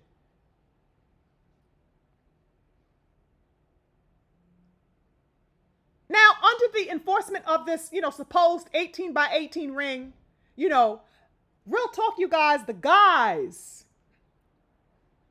guise of this 18 by 18 ring is bringing in, a notion that it's for the benefit of and for the propelling of a higher level of confrontation between fighters, as far as they're exchanging. That's the guise that this 18 by 18 ring is working within, right? However, I cannot help but look at this juxtaposition, okay? And do my own level of compare and contrast here between the guise of what they are saying this ring is supposedly going to uphold against the reality that is making itself more and more clear to me, which is the fact that the laments calling for a lack of movement, a lack of footwork, or essentially the lessening of one's ring IQ in order to stand one-dimensionally in front of your opponent, etc. All that is doing,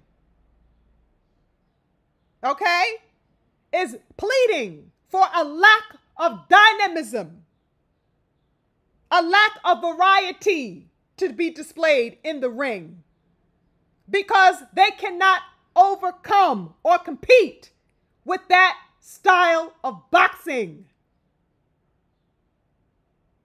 That is all that that's saying.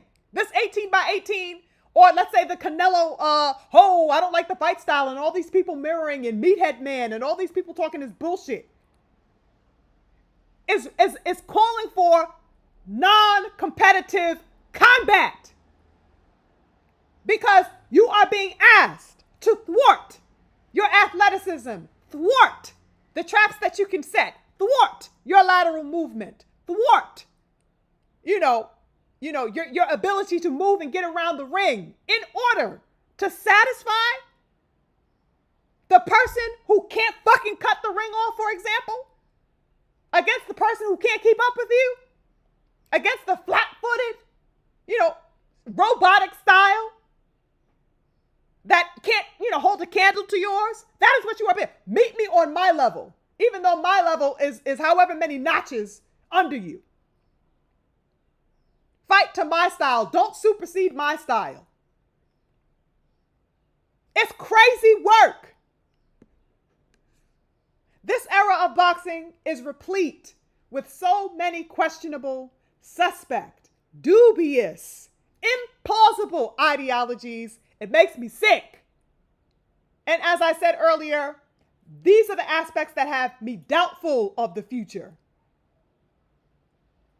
So as much hope as I have in the young king, Devin Haney, and the young king, Andy Cruz, Abdullah Mason, and all the beautiful brothers and sisters we can name, I look also to the other side at this bullshit, and I'm like, yo, what the fuck are y'all trying to introduce to the sport that I love? I'm not with it. Real talk. Things like this put a damper on my disposition as a boxing fan, especially amid a climate that is popularizing things like no running and making a rule and signing petitions and smaller rings and all this other bullshit that stand to uphold such a disgusting cowardice in the sport that I find to be, too prevailing right now. And as imbecilic as that notion may be to us real ones, the fact is, that the fact that is, that shit was even allowed to spread beyond, for example, Meathead Man's living room. The fact that was even allowed to be said, let alone, repeated by many people, this quote unquote no running, rule and the upholding of this, you can't run, or, too much movement is a bad thing, is diabolical to me on every level. Absolutely appalling to me on every level. And for my real ones, I know that we have been looking at this train wreck of imbecility and sitting back like, nah, son, never. You will never get me to subscribe to that. Many of us have also, in lieu of all of this nonsense that we have been seeing, we have been positing our own, suggestions for a better sport. Like, I don't know, can we get a no fucking PED rule? How about a weight bullying rule? I've never heard of a fighter endangering their lives because their opponent was elusive or offensive. I do, however, know that the lives of fighters are even more at a higher risk of harm by facing people who are too cowardly to fight on an equal footing. And so they take drugs to give themselves the illusion of strength, the illusion of endurance, in place of their own perceived inferiority. I do know that.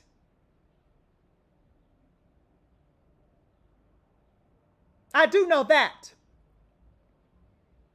Where is the push for no PEDs in the sport, as many of my real ones have been echoing across this past week? A lot of us have been saying that, and it's so true and valid. A question: where's the no PED push?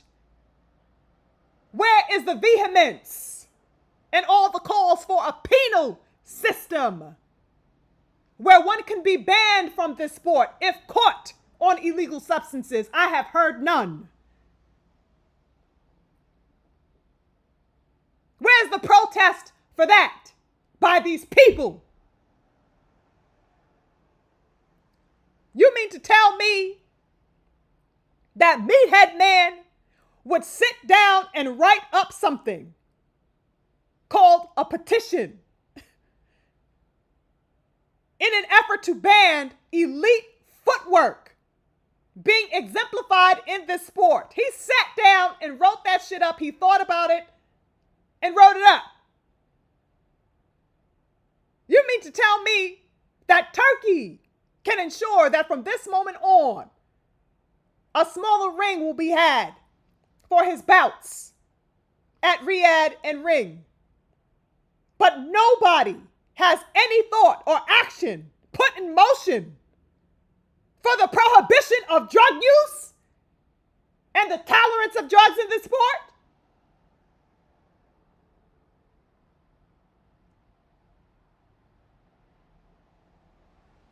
Crazy. You know, I can't even begin to wrap my mind around that. How about no goddamn weight bullying? Can we get that into motion? Can we get your passion behind that?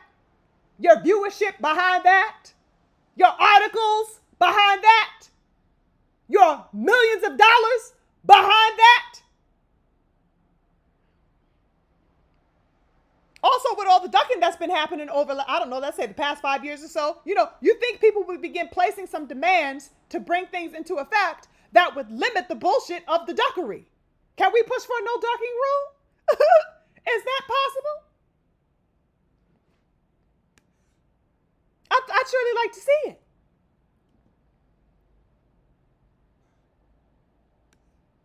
Sitting back and observing this has been, you know, blasphemous, real talk. That's the first word that popped up into my mind. Absolute blasphemy. Absolute blasphemy. That these people would push a narrative, push even for people to sign a petition for, push and motion, you know, for the enforcing of a smaller, ring. All of these pushes. But nobody is pushing for the safety of fighters.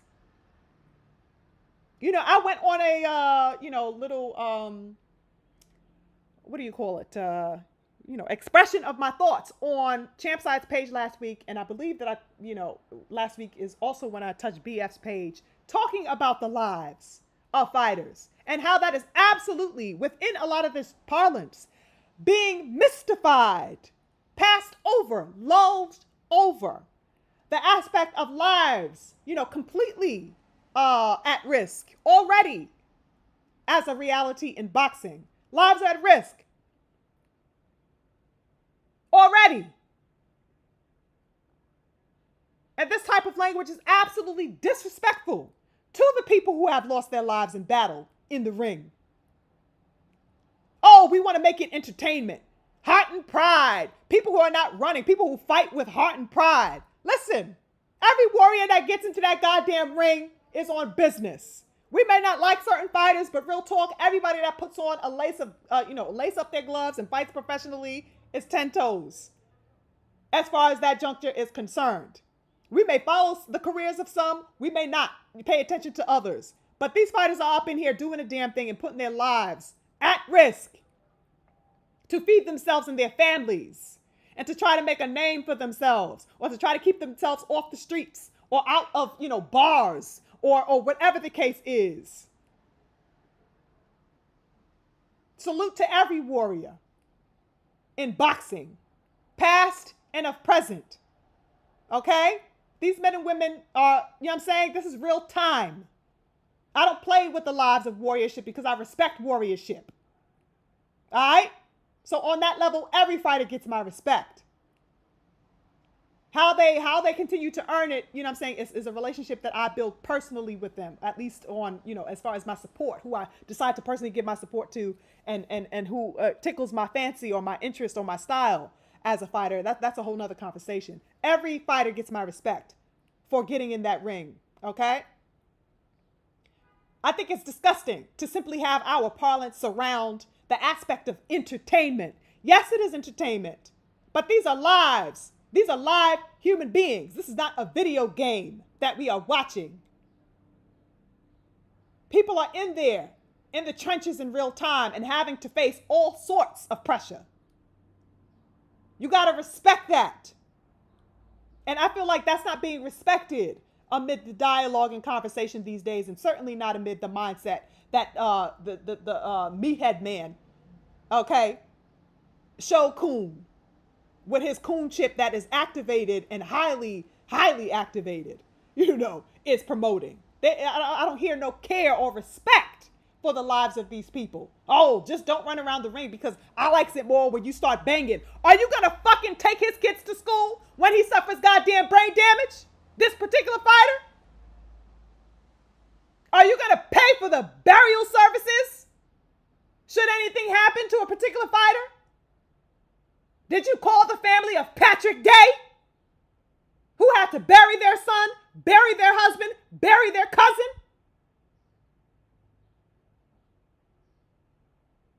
I don't like that. I think people are looking at this too loosely and disconnectedly. I don't like it.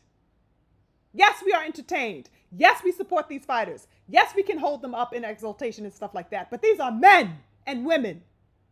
And men and women have in real time faced all types of consequences and harm over the years throughout the sport's history. That has to be acknowledged and respected. Their bodies are not disposable at the whim of our entertainment. That's what I don't like. I feel like that is being left behind. You know what I mean? So it's I get very passionate about that part because I respect the fighters. I really do. And I don't want to see anybody up in there not being able to go home and kiss their babies at the end of the night, or going home in an altered state. Y'all don't know what that shit feels like. That's why you see people like Chris Eubanks Sr., who, is always overwhelmed and overtaken by emotion when it comes to the gentleman that he faced and essentially handicapped in that ring in his bout with him, that is now, in a wheelchair and all types of, his mind is like it's a neural disease from the brain damage and stuff like that. It's no joke. It's no joke. We got to put attention and respect towards that. It is not simply for our entertainment. We got to respect these people who go in there and do the unthinkable things that make us uphold them and respect them and exalt them. But they are not disposable. They are not, a character on your Call of Goddamn Duty game. Let me leave it there before I start wilding. Let me leave it there before I really start wilding. What do y'all think about that, you guys? Tell me your thoughts on the whole turkey stuff. You know what I'm saying? Did you guys, is anybody in the building who, seeks to justify or who has agreed with, this supposed no running rule from the meathead man? Has anybody, come across people having conversations, leaning towards the support of, any of this, mindset or anything like that? What are your thoughts about this? I would definitely love to know. Hold up. We got some more support, some more love in the super chat. Salute to everybody 10 toes in the building today, y'all. Okay. I love when y'all show up for me. That's why I go as hard as I do with the passion for my people. I already got the King Freedom's March. Salute to my beautiful sister Cameron on deck. 10 toes. She says, cook, beautiful sis. You already know the lioness is on the job, baby girl. Okay. CEO Films, the king is in the building. Thank you so much for the love in the super chat. He says, keep applying pressure, queen. Cook. Got me a bottle. Taking shots to this fire you spitting. Hey, that's what I'm talking about, King. Yes. And salute to my twin, my brother, the lovely King Daryl. He says, just adding some color in the chat for a good cook. Salute, twin. Thank you so much, twin. Appreciate you always. You already know it's 10 toes with the love. Yeah, y'all. I mean, it's just absolutely crazy to me. Absolutely crazy to me.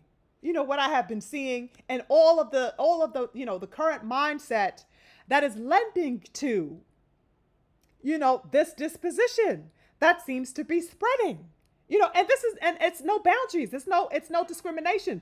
This type of logic is spreading to people who we would call a casual, all the way up to the people who we would call purists or enthusiasts or diehards or whatever have you. All levels of boxing fans, are being inundated by this. And either way, if we are rejecting it or, if we are being, susceptible to it, we are still being inundated with this information, which is crazy.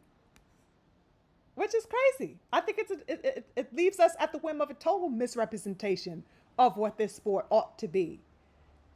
You know what I'm saying? It's strange. It's strange work going on. The lovely King Darrow, my twin, says footwork is important in every sport. Please talk to them, twin, because these motherfuckers must have forgot in my Roy Jones voice. Y'all must have motherfucking forgot. Okay? Angel Diaz says Canelo has 2 bad knees. Canelo has 2 bad knees. Yes, he does. And them knees stay padded up. You feel me? He gonna have to somebody may have to bring his ass out to the ring against Bud, with a cane. All right? Because them knees are surely given out. Definitely. Salute to the King Corbin. I see you. He says he want niggas to fight like the British in the Revolutionary War days. You feel me? Corbin also says they used to stand in front of each other in a line and aim and shoot with no movement. You never lied, King Corbin. You ain't never lied. All right? My twin also says broke Loma's ribs too. You don't break a man's ribs by running. Well. Salute to the King D also in the building. He says salute to the mighty LDBC. Let's go. Salute to the King Mo. I see you in the building. Pookie Bear's in the building. Thank you so much for joining, sis. Oh, speaking of sis, we got my beautiful sis, the Stephanie Annette, in the building. She says, that's why talk to him, Steph. She says, that's why Clembuterol Alvarez normally fights fans of his. They will comply. Well, okay. I had to give a church in the building for that one too, sis. Accurate is in the building. Nice to see you. The King Ra 10 Toes in the building says, Crawford gonna be right there. Don't you worry, Canelo. I actually believe that. And as I said, Crawford would be an absolute fool not to use every tool for this particular war that he is getting himself into with Canelo Alvarez. He better use everything, okay? Because he certainly has everything to get the job done, no question. That's an absolute fact. Facts, Pookie. It says non-blacks messing up boxing. I mean, you feel me? Interesting times that we are in. The King J Man says it was no problem for Karen to use his feet against Boots. Wonderful example, Jay the Man. Okay, nobody had a shred of a complaint when Karen was using those feet so wonderfully against Boots in that first fight. Man, footwork was beautiful. Real talk. If I'm gonna be honest, movement was on 10 toes, literally 10 toes. Okay, he was using every bit of them 10 toes to get around and move around that goddamn ring to evade the onslaught of Boots and as he should. You know what I'm saying? He stood a little bit more flat and toe to toe in that second fight, which was also a beautiful performance on his part, I believe. You know what I'm saying? But yes, most definitely, nobody had anything to say about Karen's footwork. Nobody deemed it excessive on any level. Nobody deemed Madrimov, his footwork, his feinting and everything else. Nobody said that was excessive from these people who are now having their complaints all of a sudden. So miss me with the bullshit. All right? Twin says getting caught on PEDs should be an automatic 2-year suspension. Second time you're caught, you should be banned. I agree with you, Twin. I really do. Okay, the penalties have to be real and severe for these PED drug cheats. And I posit that, the fact that it isn't is because overwhelmingly, people don't like this reality, but it is what the fuck it is. Overwhelmingly, the people popping for these PEDs are Mexican fighters. You know what I'm saying? Non-black fighters. If we want to, give it an overall generality. Non-black fighters. Not that black fighters don't. You know what I'm saying? Because we know that it happens within the sport. But I'm talking about as far as the numbers. Overwhelmingly non-black. And I'm wondering, of course, is that the reason why we don't get these heavy, penal codes and penal systems in place? Such as a minimum mandatory 2-year ban if you are caught, because overwhelmingly the people caught are non-black. Is that why there is this, sense of lenience? It's crazy, and we got to begin to, have these goddamn conversations outright. No chaser. We got to talk about that, and we got to be real about that. Give a fuck who feel what type of way about that shit. We're going to call it like we see it. This is what the fuck we see. Instead of complaining about it, do something about it. So that nobody, black or otherwise, will be disrespecting the sport, because that is what is at stake, the disrespect of the sport. So real talk, twin. BMF in the buildings, BMX in the building. Salute to you, King. Nice to see you as always. Thank you for joining. Appreciate you. You feel me? Like, Macadocious Mac of the South is in the building. Thank you so much, King. Nice to see you. Blessings to you as well. Blessings to you as well. Salute accurate to you as well. Thank you so much for coming. Sports Prediction says, sad part about it is there's no proof or doctor's report that ever said Loma's ribs were broke. Oh, really? Well, we sure have the accounts of the people who were there. That's for sure. You know what I'm saying? So a lot of the times people tend to believe accounts from people who were never present, within the vicinity of an action or a rumor that is being promoted. But it doesn't stop people from, taking that as truth. So I don't see why it would be hard to take, a form or being seen as valid from people who were actually on the ground and on site at the Loma, Devin fight, who can vouch for what occurred and, the state that Lomachenko was in. Because if let's say Mike Coppinger or Dick Glazer, are never in the building or present. They just hear, from a cousin of the neighbor of the mailman and make a Twitter post about it, and everybody is gobbling that shit up. So it doesn't hurt to, give the benefit of the doubt to the people who are actually on site, to that fight. That's my statement to that. Now, I wanted to get into this, which I thought was some wonderful news and which gave me a sense of hope. Because like I said, the yo-yoing effect of my being, befuddled. This is the yo-yoing. So you see the back and forth. 1 minute I have pride in somebody like, Richardson Hitchinson, whatever the fuck his name is, Africa. What I'm saying? And then he does some bullshit like he did with the fake ass call out of, Devin and the hugging up and loving up and kissing up on T.O. And then I am back to, feeling hopeful in seeing somebody like Andy Cruz, to then being, completely disgusted by what I hear of, the taco hat man and what it seemed to be from Turkey's statement. And now I am back to a state of hope again. That is my constant dance and battle with boxing, this yo-yoing of emotions. But I did want to end on a positive note. So I wanted to touch on this last. Now, even though it was a little bit confusing to me at first, I think that the overall movement of direction as far as this particular division is concerned is what brings me a little bit of light back into the equation. Now, I don't know if you guys ran into this, but I'm sure many of you have. Eddie Hearn reportedly made a statement to Fight Hype, citing that Boots is essentially moving up, because of some reasons that I found to be very interesting. He says that Boots is apparently facing, or has been facing, limitations at 147. This is the statement, at least an excerpt from that statement that Eddie Hearn made. He says, quote, "Boots is moving up.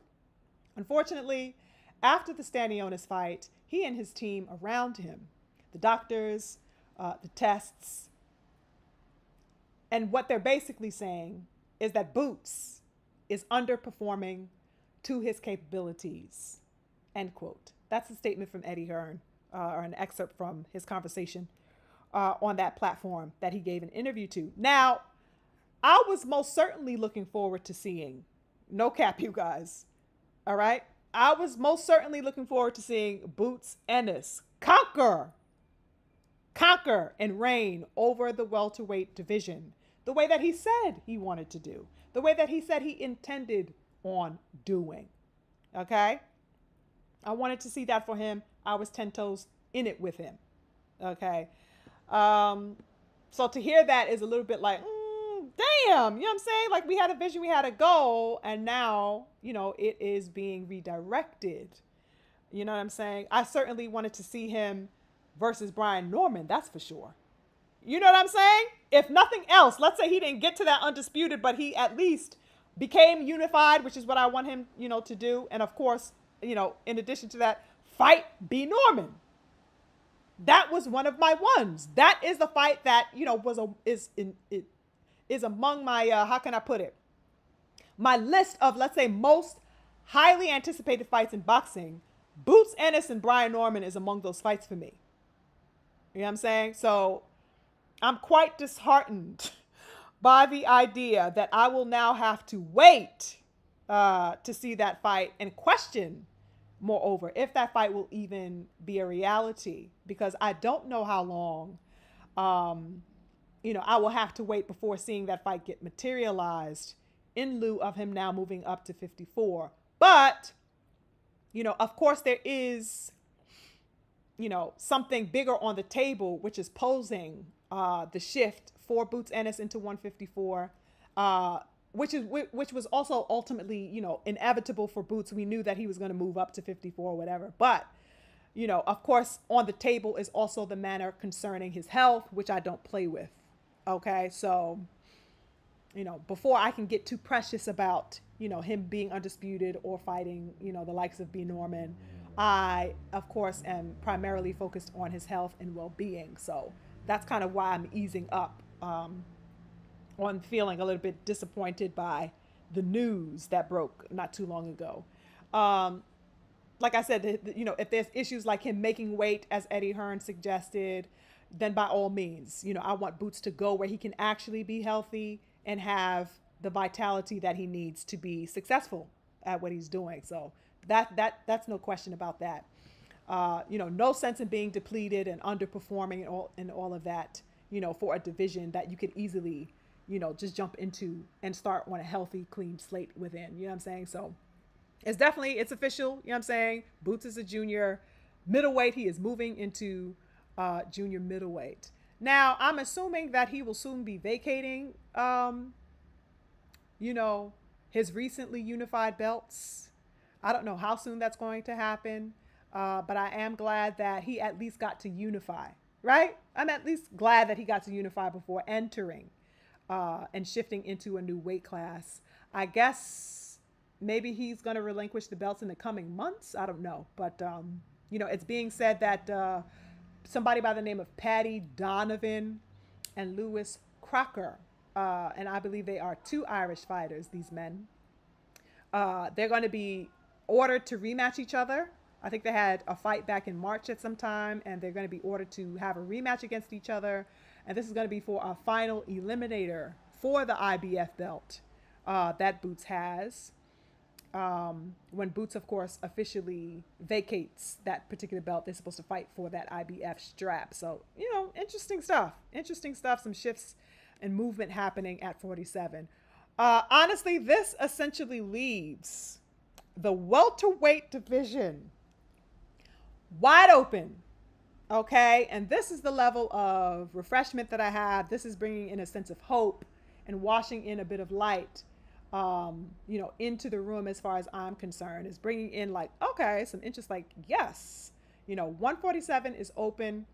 Boots is moving on to attain bigger and better things. That leaves a whole lot of heat left at 147.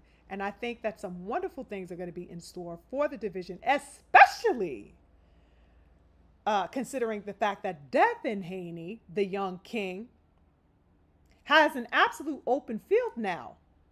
Okay? Devin Haney has an open field. to all types of possibilities. And one of them being the fact that he could very well be on the trajectory to undisputed once again. Ain't that interesting? I sure as hell am hyped and curious about it, right? I am quite enthused about the future here, you guys. Real talk, no cap. All right.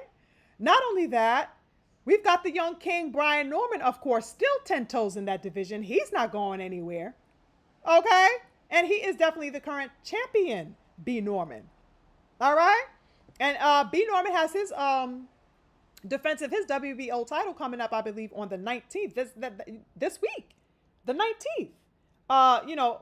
Brian Norman is going to be having his fight in Japan. I think that guy's name he's fighting is like Jin Sakaki or Jin Saki, something like that. He's fighting in Japan this week, Brian Norman. So, you know what I'm saying? You already know I'm on deck expecting him to pull that victory.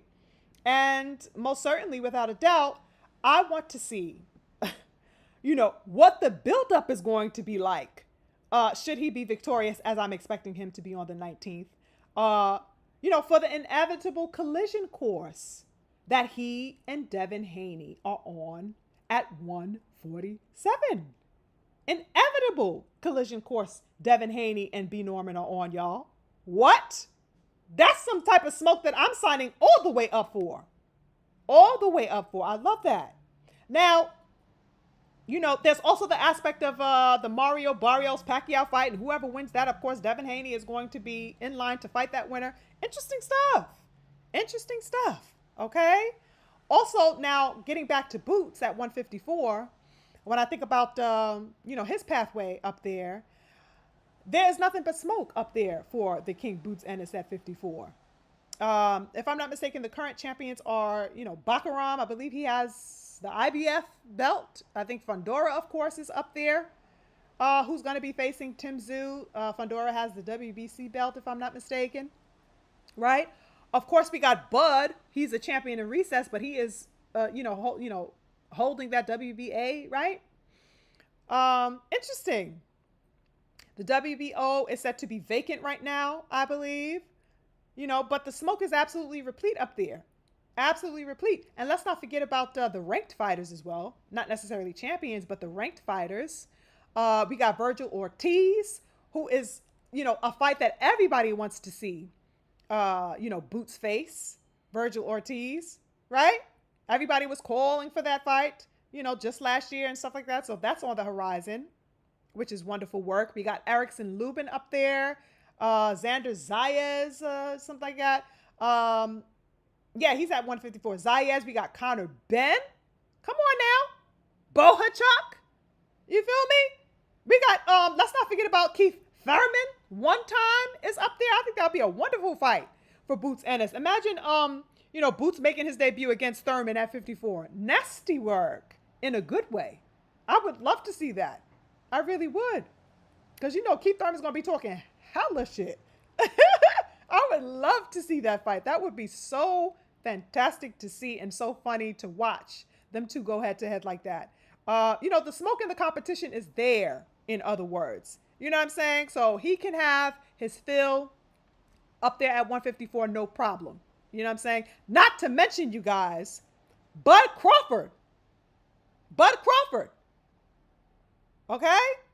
Now, I don't know what the fuck Bud Crawford intends to do after, his fight with Canelo in September. I know one thing's for sure. I heard from various people, who believe that this is going to be Bud Crawford's retirement fight, his last hoorah, if you will. But, I don't necessarily want to think that. I don't necessarily want to subscribe to that. I know that it's highly probable, given the fact that he is moving up these weight classes, and the aspect also of the idea of him coming back down to 54 is, can pose a lot of stress on his body. You know what I'm saying? Three weight classes is no joke. Essentially, he's only had one fight at 54, you guys. So that, for him to come back down is a lot of what people have been pushing at the forefront as the primary reason, real talk, as to why he would not come back down. But, I'm still with the shits, you know what I'm saying? Because I know that, I had never asked, me personally, I know a lot of people, are for this fight with Canelo. I am not. I have never been, I'm going to support him. It's not to say I won't be rooting for Bud Crawford to get the dub. I absolutely am 10 toes with Bud Crawford beating the fuck out of Canelo.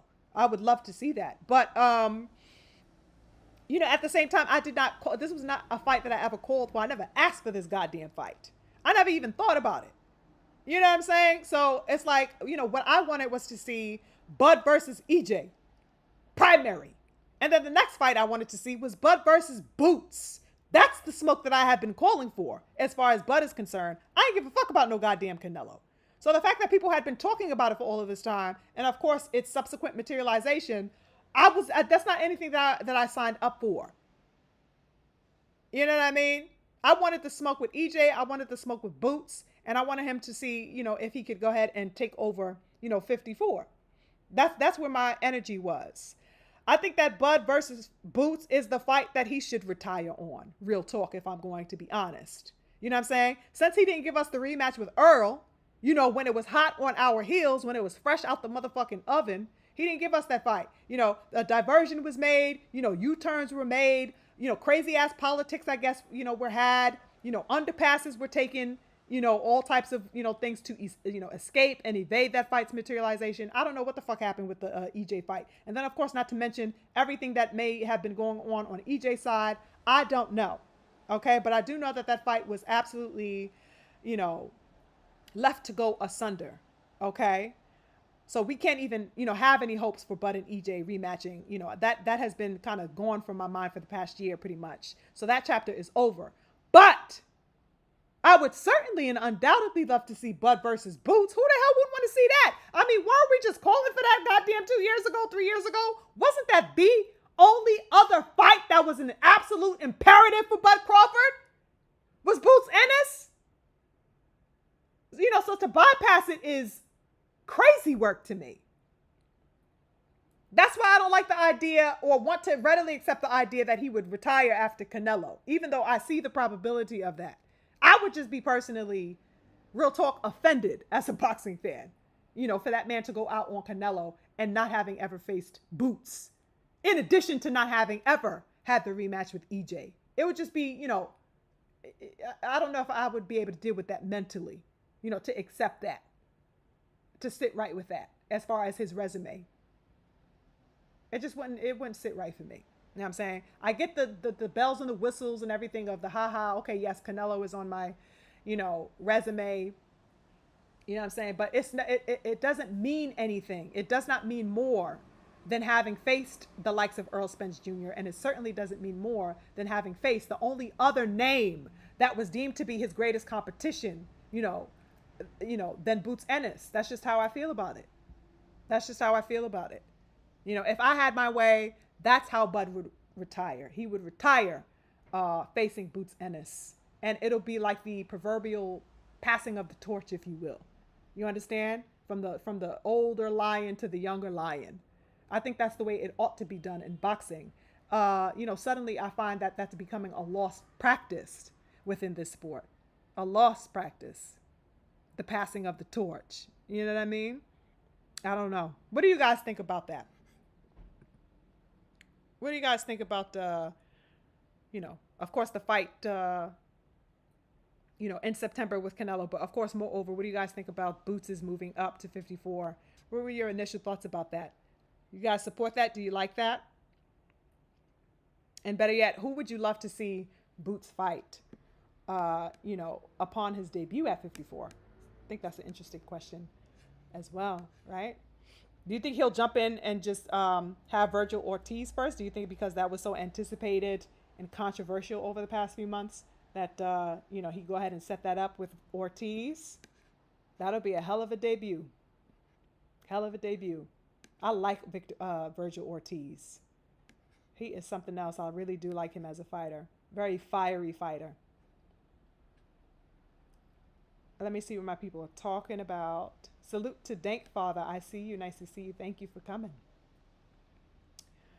The King Stephen says he even invited the sanctioning bodies to accept the invitation. Who does Meathead Man think he is? Oh my God. Ugh. King Stephen. That man disgusts me. Disgusts me on every level. Every level. Let me see. I'm just scrolling through here, you guys. I see y'all talking to each other. My twin says Boots didn't look great in his last weigh-in. He rehydrated well, but that stuff isn't healthy. Yeah, yeah, he was definitely looking like the stick man in that last weigh-in. Um, he was definitely looking, dry and stuff like that. So, yeah, like I said, I was definitely 10 toes on him getting the undisputed. He was so, uh, you know, bushy tailed and bright eyed, about becoming undisputed at welterweight and stuff like that. But, like somebody told me on Twitter, a few days ago, like he could tackle the same, goal and vision, but he can do it at 54 where he's healthy. And I was like, facts, facts. I definitely agree with that. He could certainly try to achieve that at 54 for himself. I would love him to do that. Damn, I see my people going heavy at sports prediction. Everybody's at sports prediction. Let's go, y'all. Salute to the Trill Wheel in the building. I see you. Thank you for joining, Trill Wheel. Appreciate you, King. Nice to see you. Everybody is putting belt to ass on sports prediction. Jeez. Jeez. The King Ross says, I wanted to see Bud versus Boots, not Canelo. Thank you, King. That's, oh my God. It's just, if there's any fight that has annoyed me, it is this one. You know what I'm saying? It really annoyed me. And like I said, I don't want to sound like I'm, trying to, you know,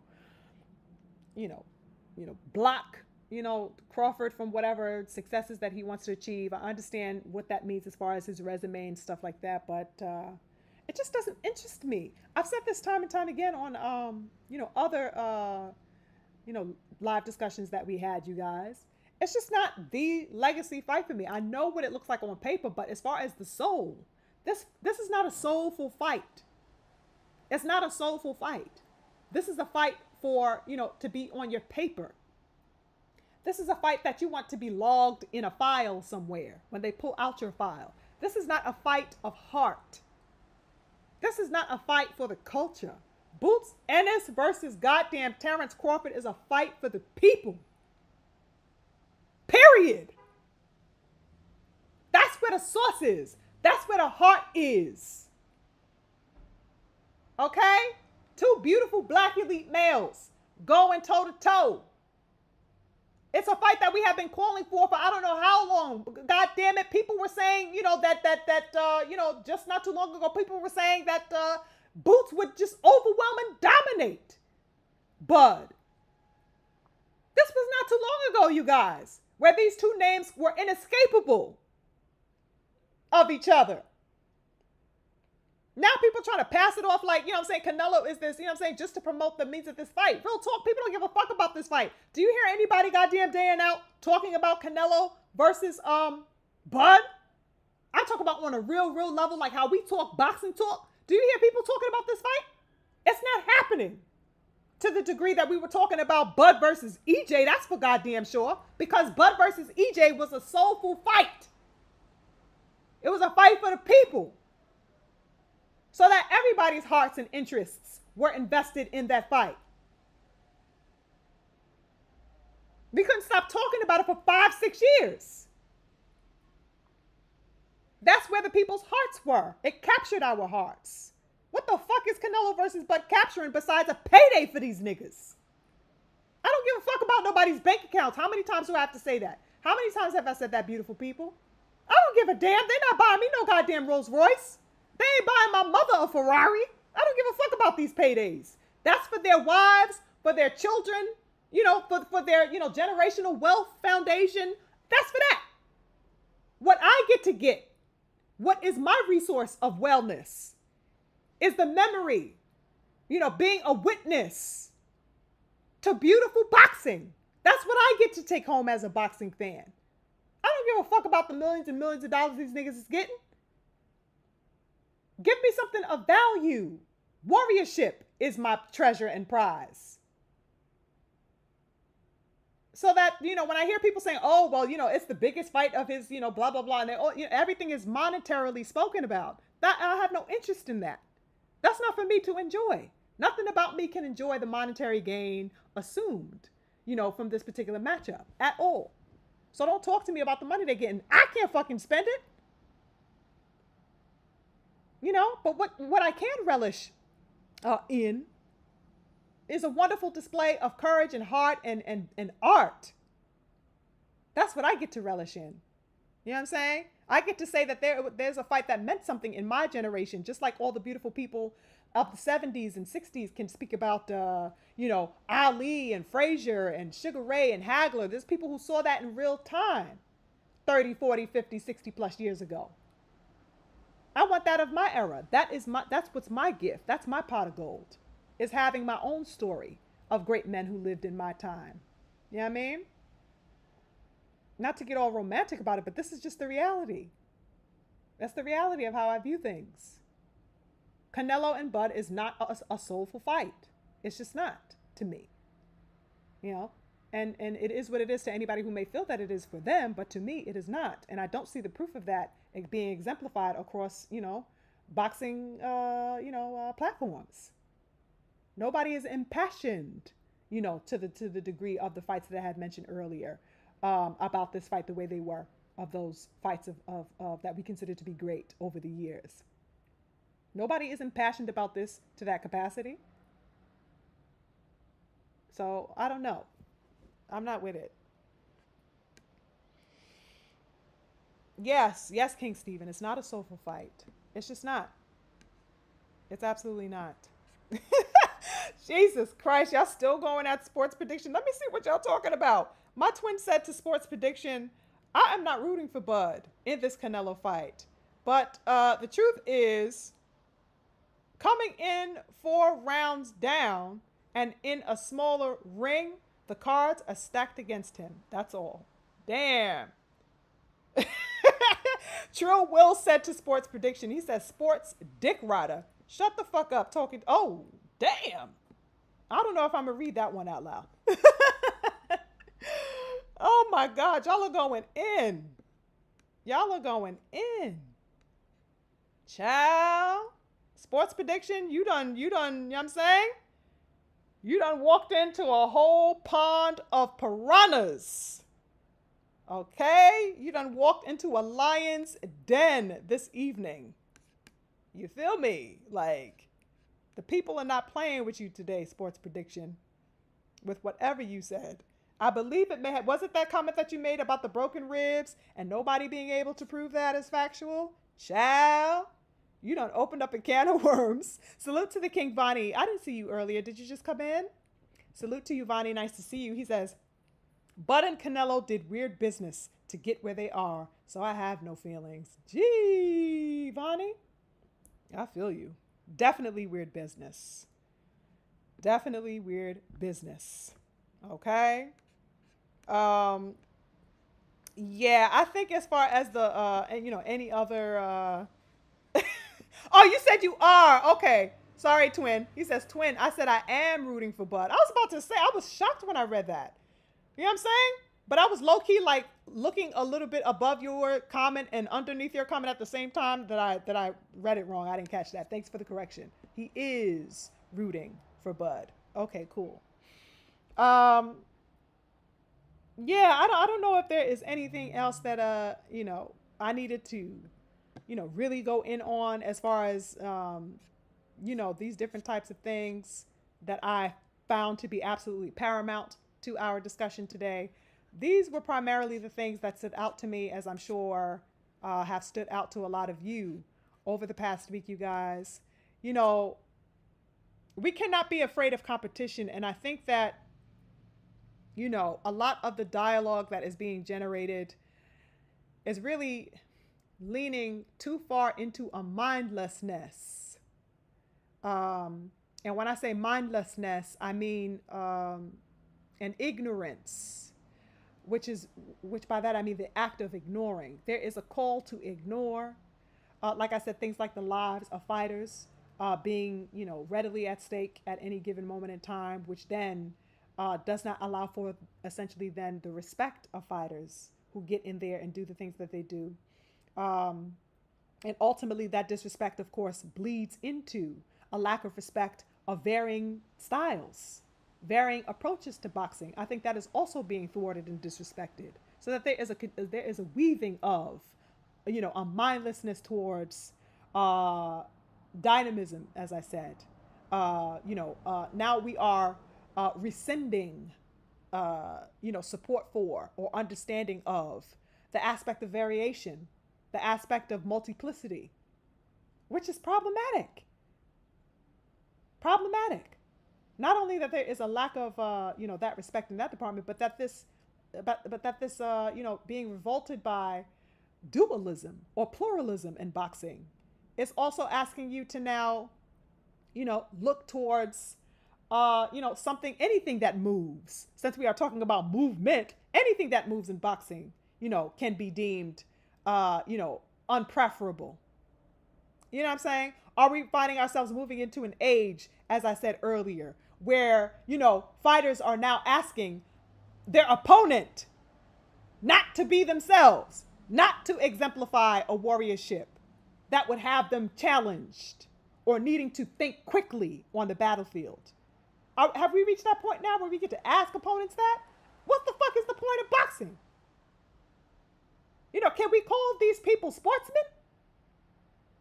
In the example that I gave earlier of Canelo, we got to look at things like this. We got to look at things like this because this is happening in real time as we speak. People are thinking this is cute to ask for non-competition. That's not an era that I support. I don't give a fuck what time, it wants to rear its head in. That's not something that should exist in boxing. That's not the foundation that my men, my beautiful warriors have stood on over the course of time.